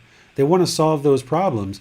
And the only problem that the only solution that Western culture offers for somebody who's feeling deeply saddened or feeling like they're going to kill themselves, the only solution that we offer is these pharmaceutical substances. There's really not anything else being offered. So people don't know of this solution that's available in the world. And that's one of the reasons why I'm sharing these teachings into the Western world, is to help you guys understand that there's this solution that will permanently solve these problems of the discontent mind. So more and more people in the world are practicing wrong view. They think the problem is brain chemistry. They don't have any other options of what will solve this problem. They trust the doctors, they trust the scientists, because we've all been taught to do that. And in most cases we should, right? But in this particular situation, the scientists and the doctors don't have it 100% correct. Thank you, David. We have no more questions at the moment. Okay, so let's go to the next thing that I would like to share, which is you can learn to practice these teachings to create a well-trained and stable mind. If you're experiencing discontentedness and you're on medications, that's fine. That's where you're at right now. If you are thinking about getting medications, I would say hold off on that and learn and practice these teachings first. Or if you have people close to you that are taking medications or considering, you may want to provide them this book, provide them a link to this talk, help them to see the truth. You're not going to be in a position to teach it to them, but you can certainly connect them with me through all the resources that I provide, and I will help those people to eliminate depression and sadness and anger and frustration and guilt and shame and suicidal thoughts, even schizophrenia, okay? Even OCD, ADD, ADHD, bulimia, anxiety, anorexia, all of these things, multiple personality disorders, all these different symptoms of the mind can be remedied through learning and practicing these teachings to create a well-trained and stable mind. You can gradually eliminate the medications. As the mind becomes more and more stable through learning and practicing these teachings, you will experience it for yourself. You will see the mind in your life gradually becoming more peaceful, calm, serene, and content with joy. And as the mind becomes more and more stable, gradually, you can then gradually eliminate the medications. If you choose, it's your choice. As a teacher, I'm never going to tell you to eliminate your medications. I'm never going to force you to do it. I'm never going to try to tell you when is the right time to do it. But if you ask me questions and you're interested and you would like some guidance, I can help you do this because I did this myself. I sometimes reach back here into my little drawer and I keep this around because I like to remind myself every once in a while of all the different medications that I used to take, right? These are just some of them, right? There's lots of different medications here. And I would take tons and tons of these just to be able to function each day. And even just to be able to sleep, right? I was highly dependent on these medications, and still my life wasn't what I was interested in living. It was getting more and more difficult. It was getting horrible, more and more horrible.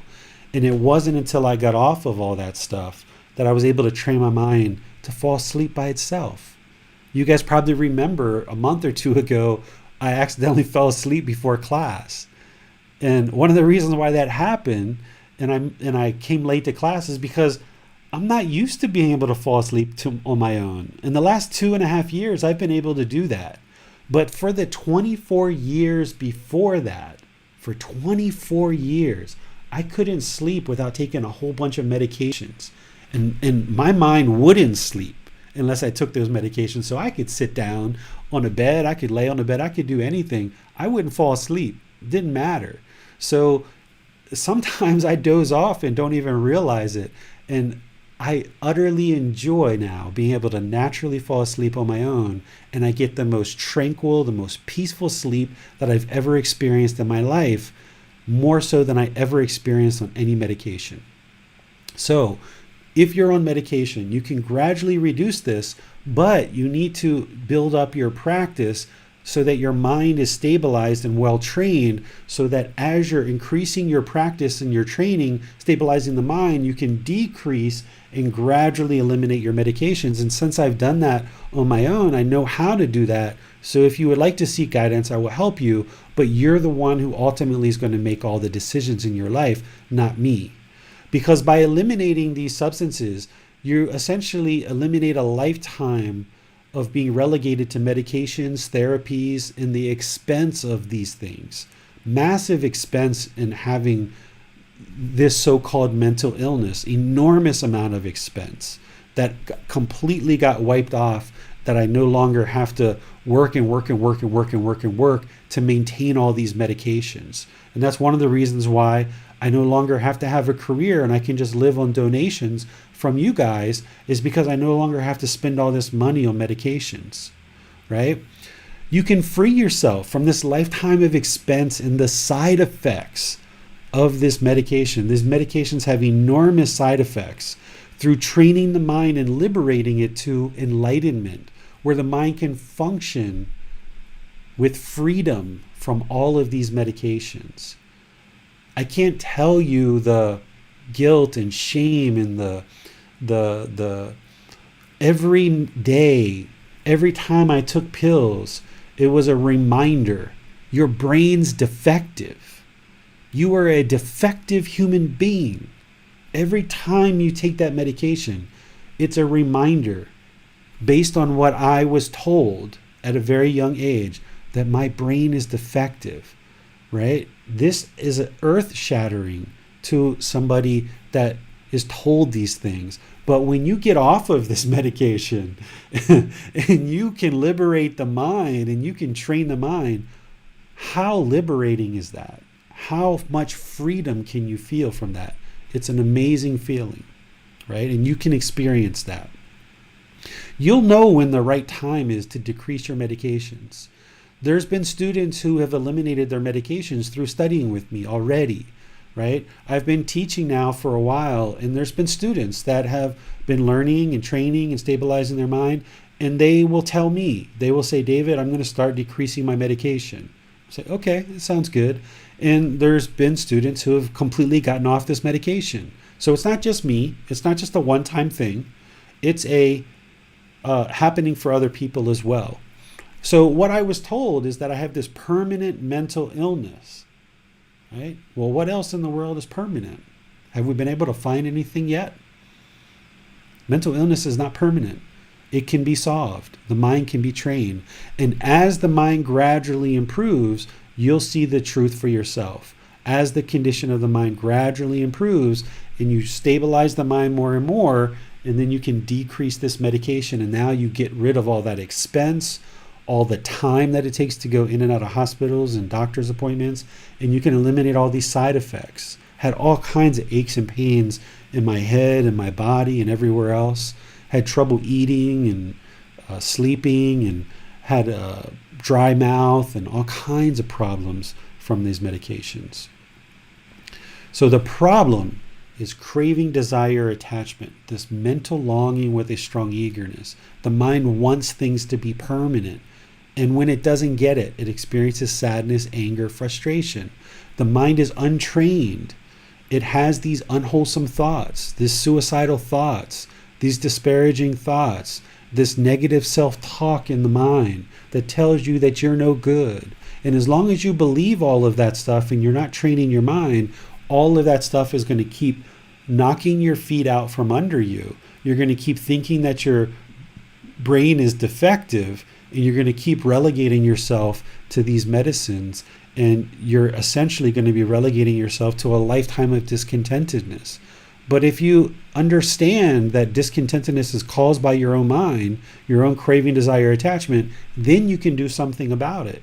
As soon as you accept responsibility for your intentions, your speech, and your actions, and this discontent mind and all the feelings that are in it, as soon as you accept responsibility for that, now you can do something about it and you can fix it. Okay? So let me see if there's any questions here before we go into each individual type of mental illness and talk about them individually. We have a question from Brian. How to deal with anxiety that is very present and felt in the body as I'm getting on the path.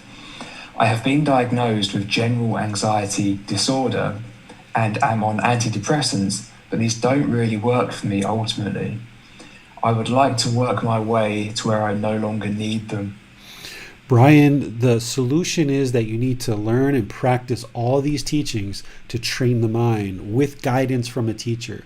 You and I have never talked because I don't recognize your name. I haven't been working with any Brians recently. So I would like to encourage you to reach out to me either by private message or some other way. I've got my contact information everywhere, and I will ensure that you get one of these books downloaded or printed or what have you, and you can start getting some guidance. Everything I offer is completely offered openly and freely to all people.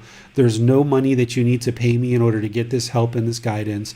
And through developing your life practice of training the mind, you'll gradually improve the condition of the mind. This anxiety that you're feeling and experiencing, it's typically fear of the future. The mind is in the future and it's fearing and anticipating something in the future, and it's fearing that. But I can't just say, here, take this pill and it's going to solve the anxiety. That's not how these teachings work. There's not just one thing that you need to do in order to solve the anxiety. It's an entire life practice of learning the teachings and gradually progressing to gradually train the mind. And you need teachers and guidance to be able to do that. So all the resources I provide are offered openly and freely. You just have to choose to reach out and get help, and I'm here to help you. Okay, thanks, David. That's all our questions at the moment. Okay, so let's talk about each individual mental illness or things that have been classified as mental illness. Because let's make sure you understand what's happened here is when the mental health industry first got started, they came up with a book, that was so thick, and they said these are mental illnesses, and they named the mental illness, and then they put a bunch of symptoms associated with that label, okay? And then as that kind of got started and medications were developed and people kind of came into these practices, then they added some more, and the book got a little bit thicker, and they came up with some new labels. They added a whole bunch more symptoms and classified this is now a new mental illness. And this book of diagnosable mental illnesses keeps growing and growing and growing, where they're discovering new mental illnesses all the time. But essentially what this label of ADHD or ADD is it's a label, and then there's a whole bunch of symptoms that are describing this label. And the people who are labeled as ADHD or ADD, these 10 or 20 symptoms, not everybody has all these symptoms. Some people do have some of them, some people don't.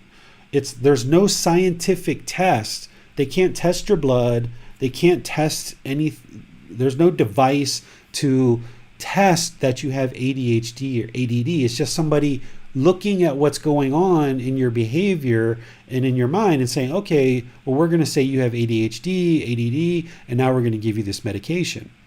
So ADHD or ADD is attention deficit hyperactivity disorder, right? Where essentially the mind is not focused. It's not concentrated.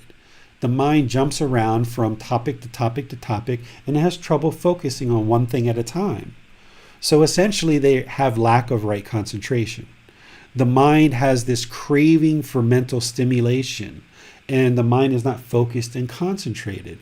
So by training the mind through meditation and the entire path to enlightenment to develop singleness of mind, which is right concentration, the person who's now labeled as ADHD or ADD can increase their concentration, increase their focus increase their clarity of mind, and they will see for themselves that they're actually not mentally ill at all, that it was just that their mind was untrained. Because when they start training their mind, they will see that it will improve.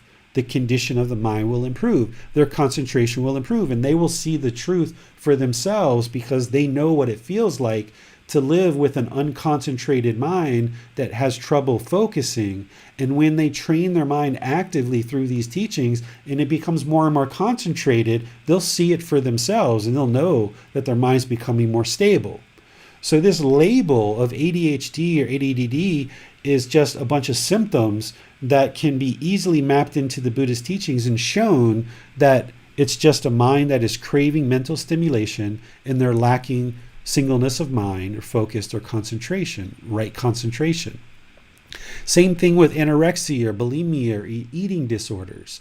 What this is people who are craving a certain image of beauty, right? They look at certain magazines and imagery on TV and movies, and they have this false reality of what beauty is.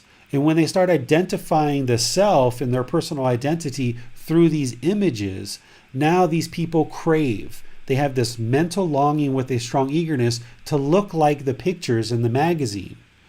But what the mind doesn't understand is these magazines have all been photoshopped. That image of beauty is not a real image of beauty. It's what's being projected in the magazines. But as a young child, the mind is very impressionable. And most people develop anorexia and bulimia, eating disorders, very young in life. And because their mind has this mental longing with a strong eagerness for this permanent beauty, now the person starts starving themselves or making themselves vomit. And now we say that's a mental illness and we need to put them on medication to fix it, right? But what it is their mind is just craving this false image of beauty. And when they understand that and they start getting under training, then they will eliminate this desire to starve themselves or make themselves vomit. They'll recognize the impermanence of the body and they will eliminate this craving for this false image of beauty in this identification of a self, and they can eradicate their problems of anorexia, bulimia, and eating disorders, right? Anxiety, the one that Brian just talked about, this is usually anticipation or fear of a future event, situation, or outcome. Anxiety is usually because the mind is fearing something that's going to happen or anticipating something in the future. The mind of an enlightened being is going to be in the present moment. Focus, concentrated, clarity, deep memorization, no discontent feelings whatsoever. The mind's not going to be worried about the future because the unenlightened mind is going to be holding on to the past and it's going to be worrying about the future. And it's going to produce anxiety. But we don't know what the future is. We don't even know what the next 5 minutes or next 10 minutes is going to be, let alone a day from now, a week from now, or a year from now. But the mind longs for it. The mind longs, has this strong eagerness for the future, and it gets fearful, right? And has this anticipation because the mind is lacking control and mental discipline. The more the mind is trained to come into the present moment, the more the mind won't have this anticipation and fear of future events because it'll just be residing in the present moment. And it's only once you get under training with this whole life practice to include meditation that the mind is going to gradually eliminate this anxiety over time. So that's what needs to happen, Brian, is this gradual training to gradually eliminate this anxiety. It's going to be a slow, gradual process, but it'll be a permanent solution. It will be an absolute permanent solution. All of this, once you train the mind and the mind becomes enlightened, it's a permanent solution. Bipolar disorder, we already talked about that. This kind of up and down, painful feelings, pleasant feelings, feelings that are neither painful nor pleasant, this craving for sexual contact, for possessions, for excitement. And the more the mind's trained, the mind can come into the present moment in the middle, and it can be stable rather than bouncing around with these painful and pleasant feelings. So remember, the feelings that people are experiencing are real. the anguish, the misery. Like Brian could tell you, and some of you could too, like when you're feeling anxiety and you feel the heart palpitations and you feel the pain in the body, that's all real. It's 100% real, that anticipation and that fear. But the cause of what's causing that people are being told is what's not real. That's the part that is a delusion or ignorance or unknowing of true reality. Depression, same thing. Massive painful feelings, deep painful feelings, typically from past traumas or having expectations of the future that they haven't met and they feel like their life is worthless, right? You get into deep despair, major depression, or even mild depression. Feels horrible, right? When the mind is discontent, there's even physical symptoms in the body that feels uncomfortable in the physical body because the mind is so discontent. Even though the physical body and the intangible mind are separate, there is a connection there. And when the mind is discontent and feeling this deep despair and sadness, there's physical symptoms in the body. But these people are often put on medication and it's actually not solving the real problem. Hoarding. Right? There's this hoarding where people get attached to material possessions and they go out and shop and they hoard a lot of things, like a lot of baby dolls, or they shop a lot, or they collect things and they just hoard and hoard and hoard and hoard and overpopulate their dwelling with all this material possessions. And we say that this person is mentally ill. But in reality, it's just craving, desire, attachment. It's the mental longing with a strong eagerness, thinking that I bought one thing yesterday, and if I buy two things today, that's what'll get me the pleasant feelings. So now I go buy two things. And now that pleasant feelings wear off, and I want that pleasant feelings back, but I can't just buy two things. I need to buy three things, or four things, or five things. And I have to keep upping the number of things that I buy because I'm chasing that high. I'm chasing those pleasant feelings, and the more that I hoard, the more that I feel pleasant feelings. But as soon as those pleasant feelings become impermanent and they wear off, I've got to go buy something else to get those pleasant feelings back. And I keep chasing this high through purchasing all these different things and hoarding things. But it never solves the problem until the mind stops craving and it stops longing with a strong eagerness for more and more pleasant feelings, and it realizes that this behavior of buying things and collecting material possessions isn't going to solve the problem. The problem is the craving, desire, attachment, that the mind is longing for something externally to create internal pleasant feelings. That's the problem, not the brain chemistry. The brain chemistry isn't the problem. It's the mind. This intangible mind is untrained. Insomnia. Inability to fall asleep. As the mind awakens gradually over time, as the mind becomes more and more enlightened, you might experience an erratic sleep schedule, right? Or even just in daily life, you might experience an erratic sleep schedule. What's the definition of insomnia? The definition of insomnia is essentially somebody who doesn't fall asleep easily at the same time each day or within a relatively reasonable amount of time each evening. Well, what do we know about impermanence? So if everything's impermanent, is our sleep schedule permanent? Should we expect to fall asleep at 10 o'clock every single night? Or should we even expect to sleep every single night? There's going to be some nights where you don't sleep, or you're going to sleep at 2 a.m. instead of 10 p.m. because you've got a lot on your mind. But the more you train the mind, the more you can control the mind will naturally fall asleep easily. It's like when you were a child. When you were a child, your mind was in the present moment. You weren't thinking about the bills. You weren't thinking about what job you were going to have. You weren't thinking about selling your flat. You weren't thinking about boyfriends and girlfriends. You weren't thinking about looking so great at work and having ego and arrogance and pride. You weren't concerned about what people were saying to you. When you were 4, 5, 6, 7 years old, you could fall asleep at the drop of a hat. I mean, it would almost take an earthquake to wake you up, right?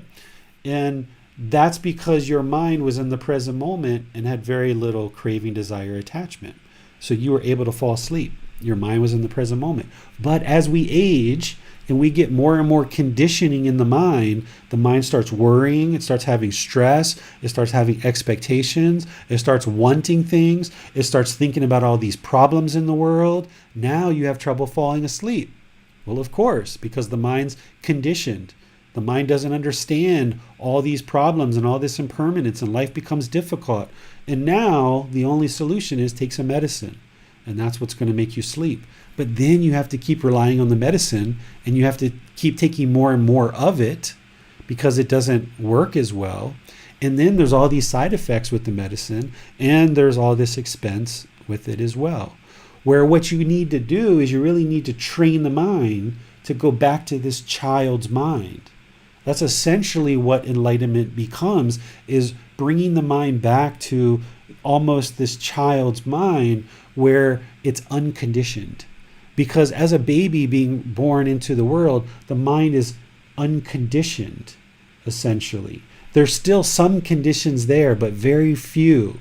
This is why children can actually get enlightened very, very easily, very, very quickly. In a matter of months or sometimes a year or two, they can attain enlightenment as early as age 7 because they don't have much craving, anger, and ignorance, right? This can actually be eradicated in the mind because it's not very well conditioned. But the more that we're conditioned as adults and we pick up all these past traumas in our life and all these past experiences, now it becomes difficult to sleep and we turn to medications. But it never solves the problem. The problem is that the mind is not peaceful, calm, serene, and content with joy. It's lacking the ability to rest. The mind hasn't learned how to rest and fall asleep. So once you train the mind, you will be able to rest and fall asleep. As long as these conditions and this burden and this stress is on the mind, yeah, it's going to have problems falling asleep because it's holding on to all these conditions. When you let go of all of that stuff through training of the mind, it will naturally fall asleep like you did when you were a kid.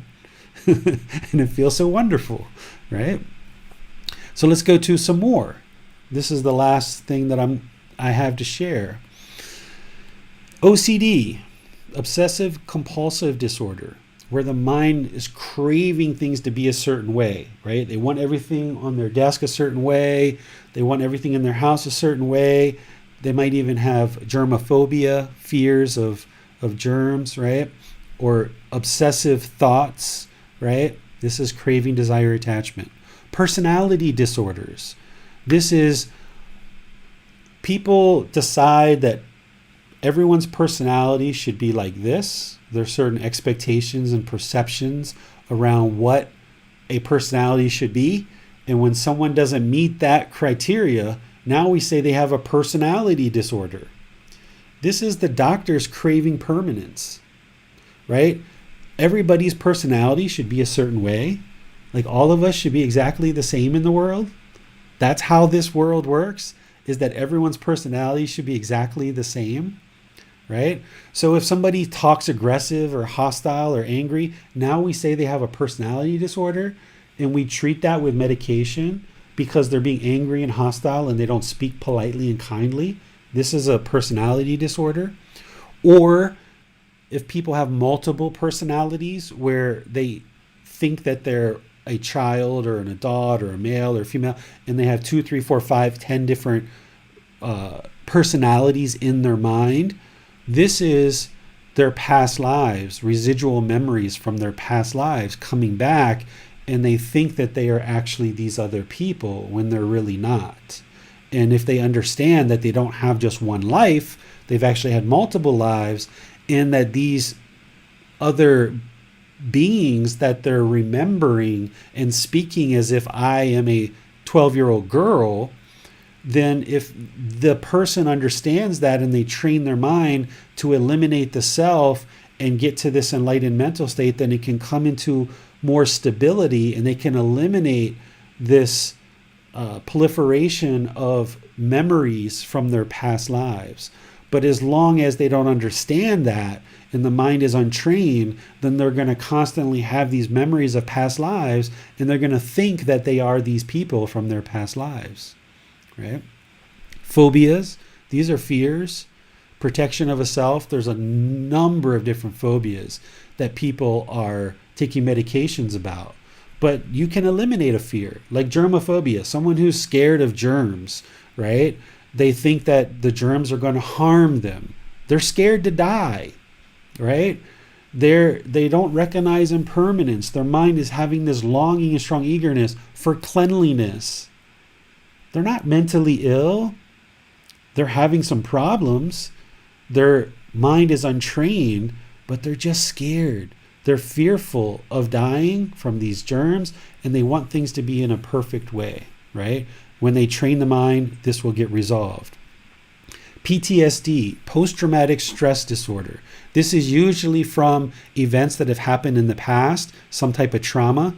The mind is holding on to that trauma and those experiences, and now there's painful feelings as a result of that. But when the mind is trained to let go of these past experiences, then the mind can be peaceful, calm, serene, and content with joy, no longer experiencing these painful feelings. Schizophrenia, people that are labeled as schizophrenic, they're oftentimes hear voices or they see things that other people don't see.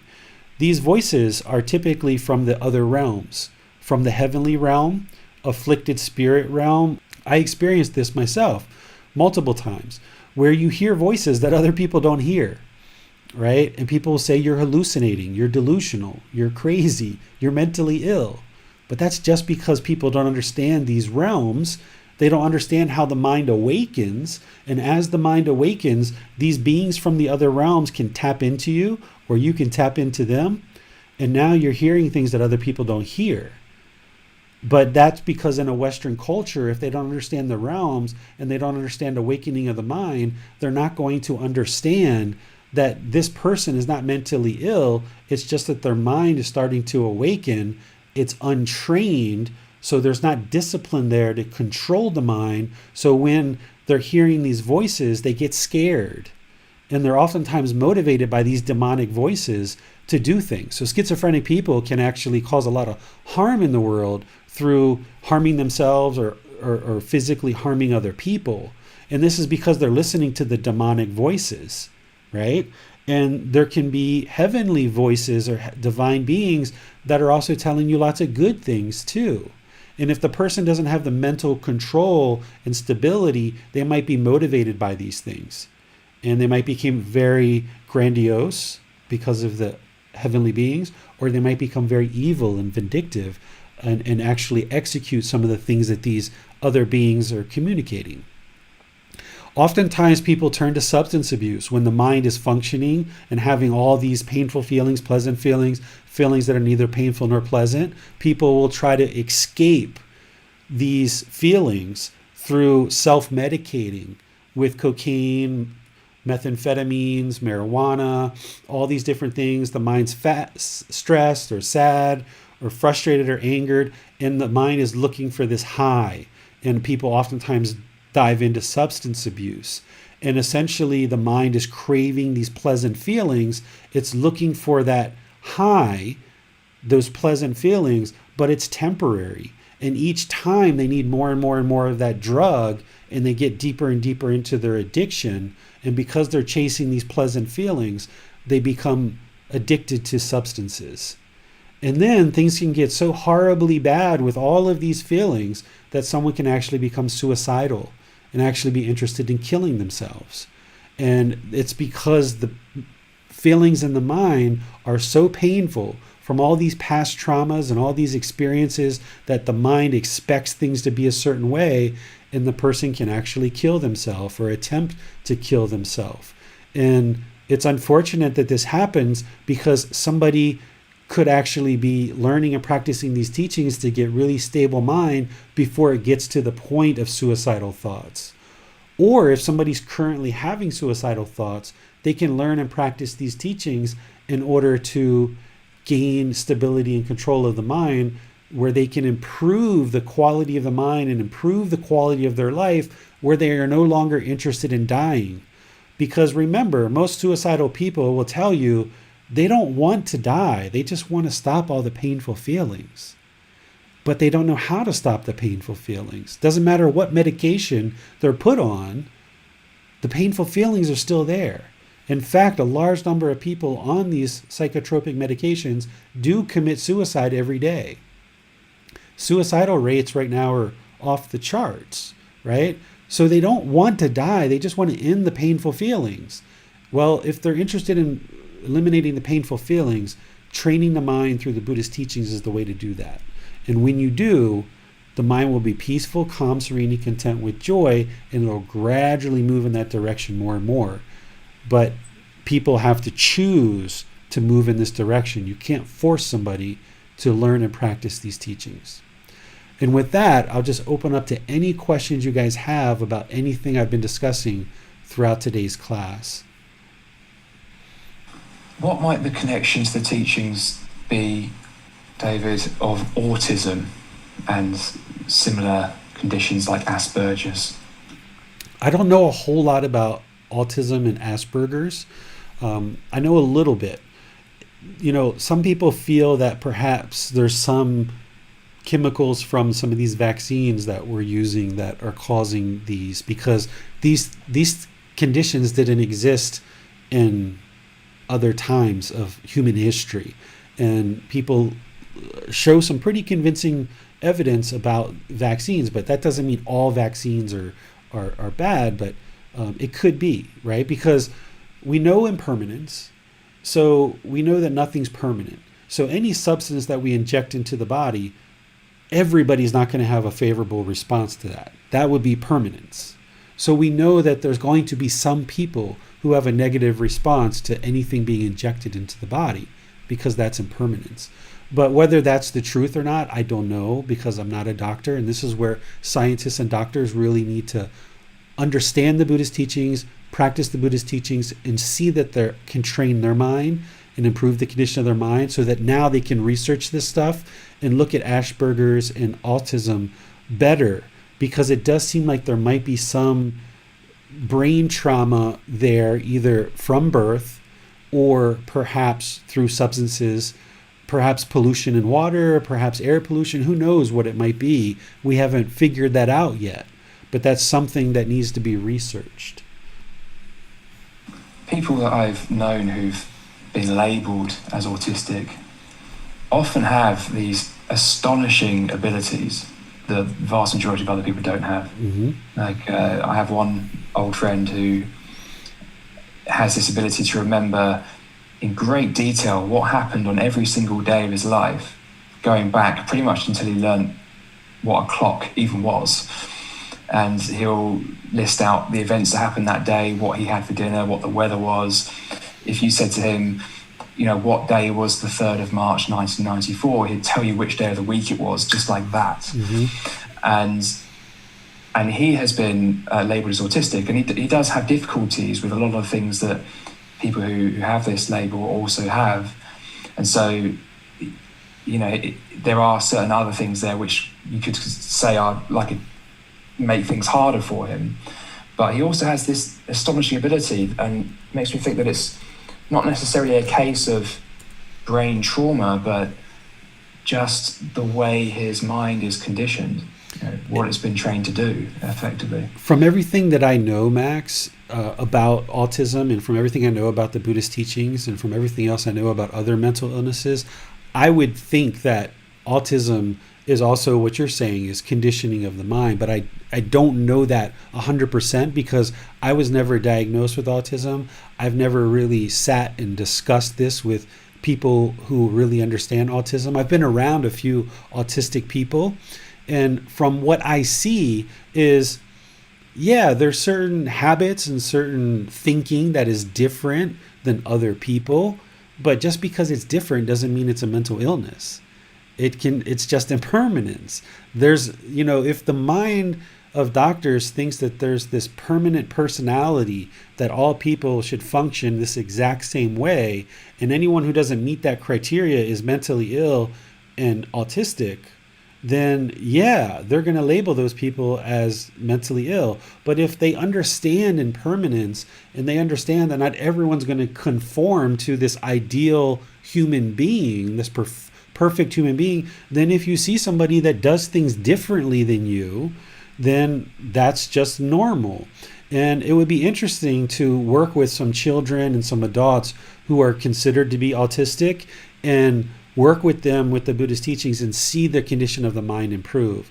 Because the fact that an autistic person can remember the day of the week and have this recall that you're talking about shows that chemically there's nothing wrong with the brain, right? Like if you have that deep, profound memory, and usually autistic children and people are very creative, right? They're very inspirational, other things like this. If they can talk and they can walk and they can function, that's essentially what the brain does. It controls the nervous system and it controls movement and organs and things like this.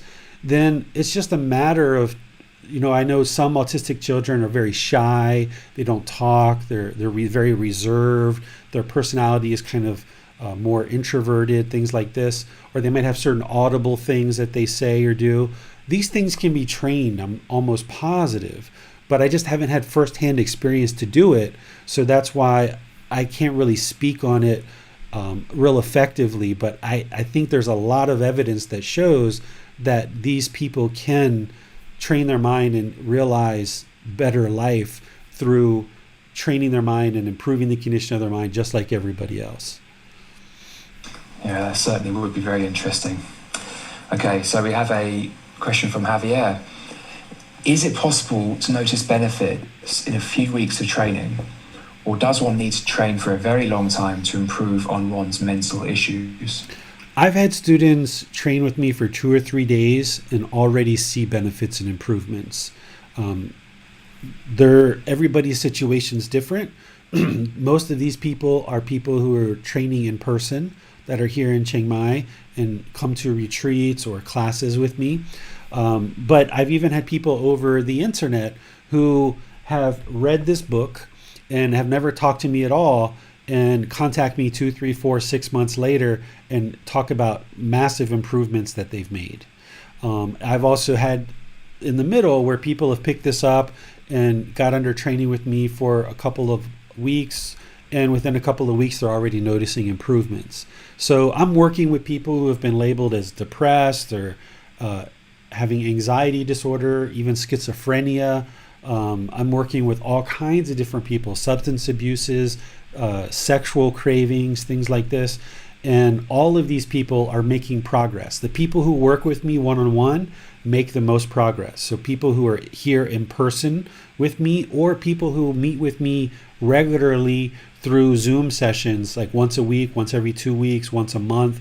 All of these people that I'm talking to, they're all making improvements and they can see it for themselves. So it's not me deciding that they've made improvement. They're telling me when they talk to me, after a week or 2 weeks or 3 weeks, David, your teaching and what I'm doing is actually really working. I'm noticing, these differences. Here's what I'm seeing. I'm seeing my anger slowly diminish.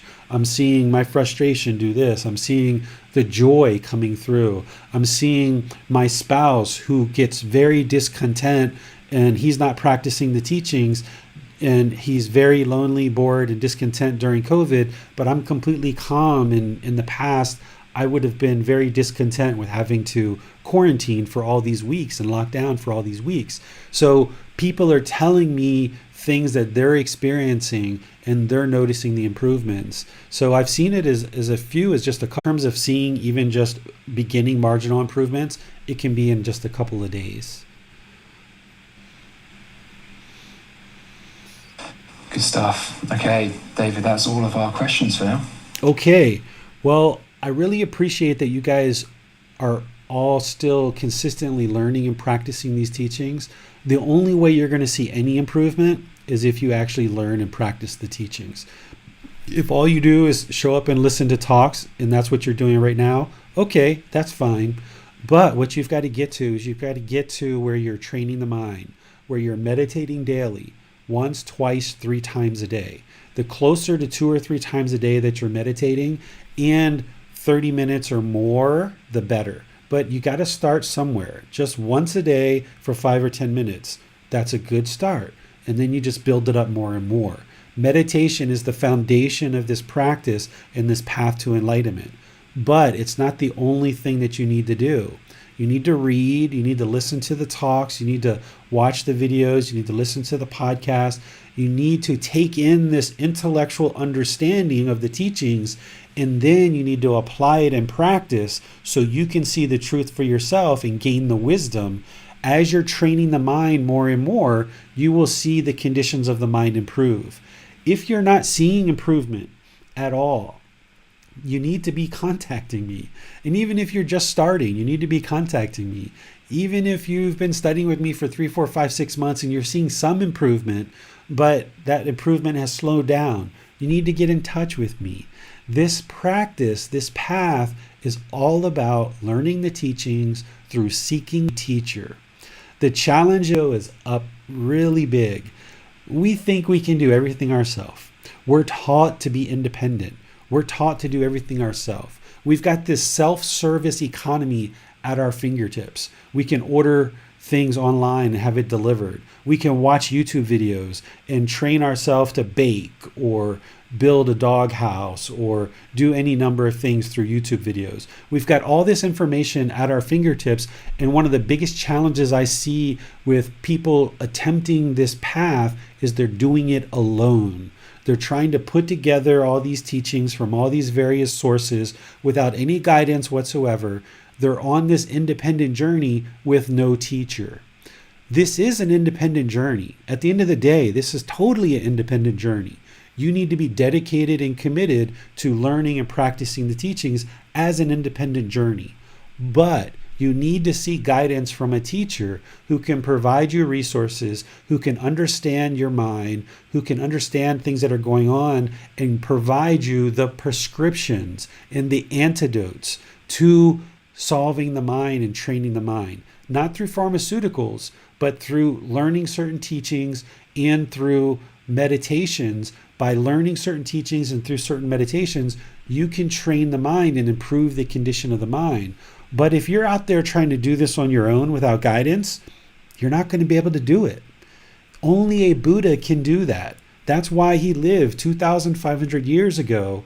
He went through all the heartache and misery and pain to do this on his own for 6 years, to journey through his discontent mind, discover these teachings, and then he spent 45 years sharing these teachings so that you wouldn't have to go through that 6 years of misery that he went through to try to struggle and figure this out.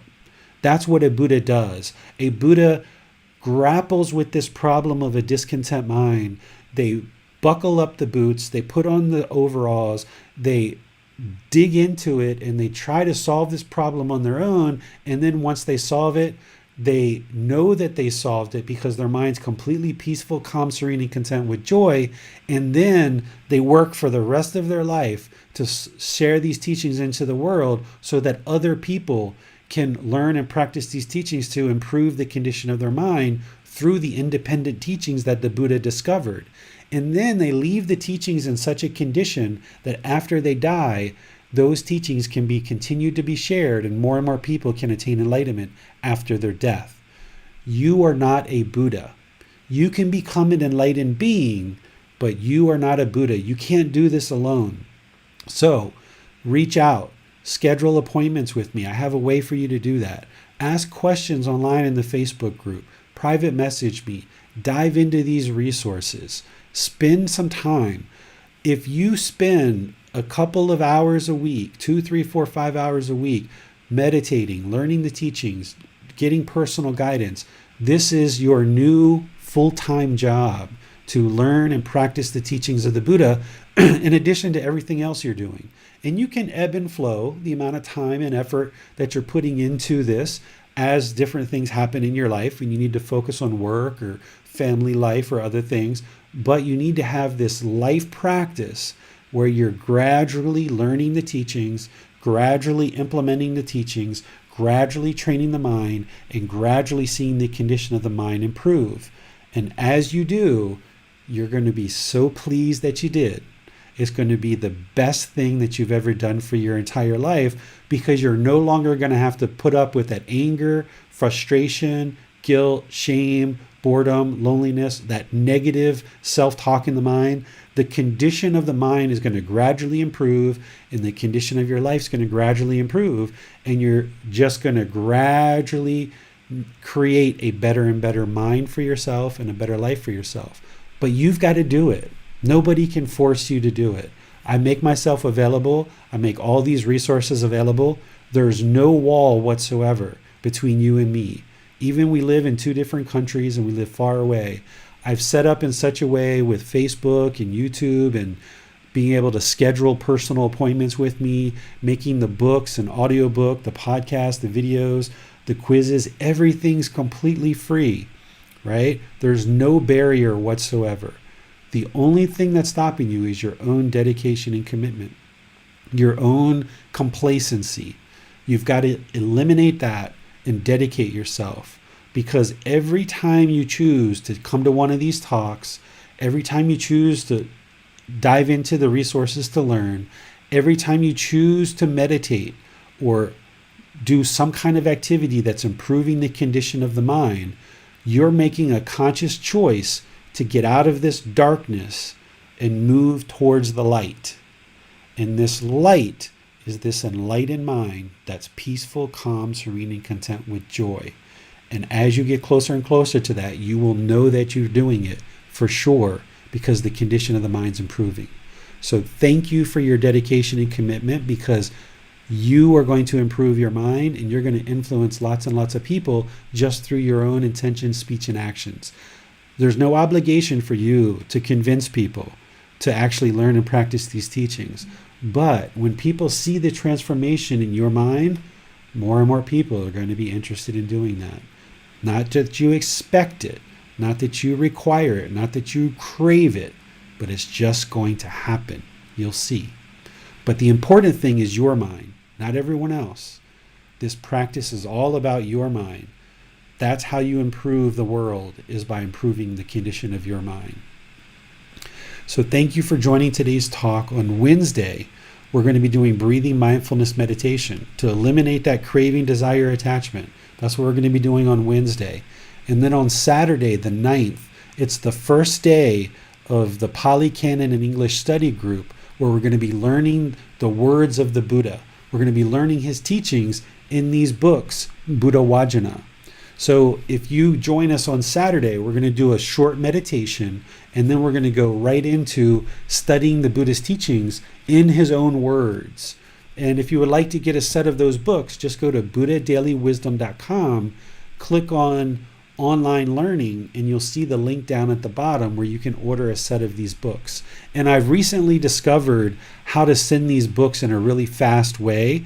My wife helped me, so I can start getting these books delivered in about 5 to 6 days. So I've got a couple of sets that have been ordered recently, and I can send these at a very low cost, or actually at the same cost that I've been shipping, and able to send them to you with FedEx and UPS and these kind of things, and they can arrive within maybe 3 days, 5 days, or 6 days to your house. So feel free to order these, because the way I was sending them before, it was taking sometimes 3, 6, 8 weeks to be delivered. But now I've been able to find a reasonable way to pay for a really fast shipping here in Thailand. And then on Sunday next week, we're going to be in chapter 23, which is reminders through imagery. We're going to be studying the symbolism of the teachings, reminders of imagery through imagery. And this is chapter 23, where during the Buddha's lifetime, everything was taught orally. There was no books and YouTube videos and podcasts and all this stuff. So he would teach orally, and then they would use symbols or artwork in order to remind people of the teachings. So if you had sat in the Buddha's discourse about the Eightfold Path and you understood the Eightfold Path, they had a symbol that would represent the Eightfold Path, and it would remind you of the Eightfold Path. Or if you understood what enlightenment is, there was a symbol to remind you of the teachings of the Buddhas. So that's how they kind of reminded people through imagery.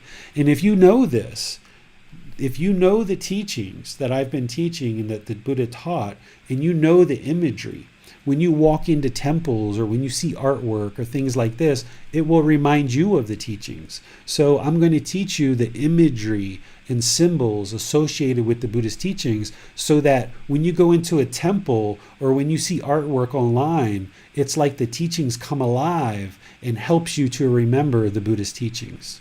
So we're going to do that next Sunday.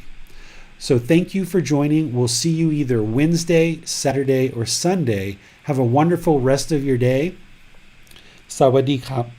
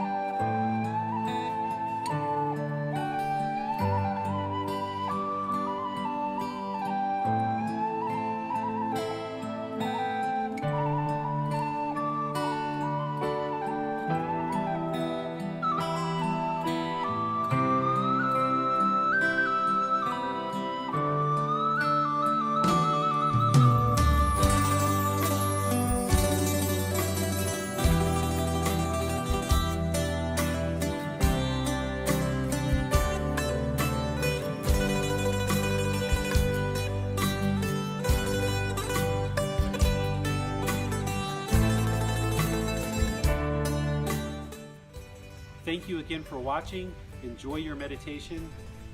Look forward to seeing you online and answering any questions that you might have. Thank you so much.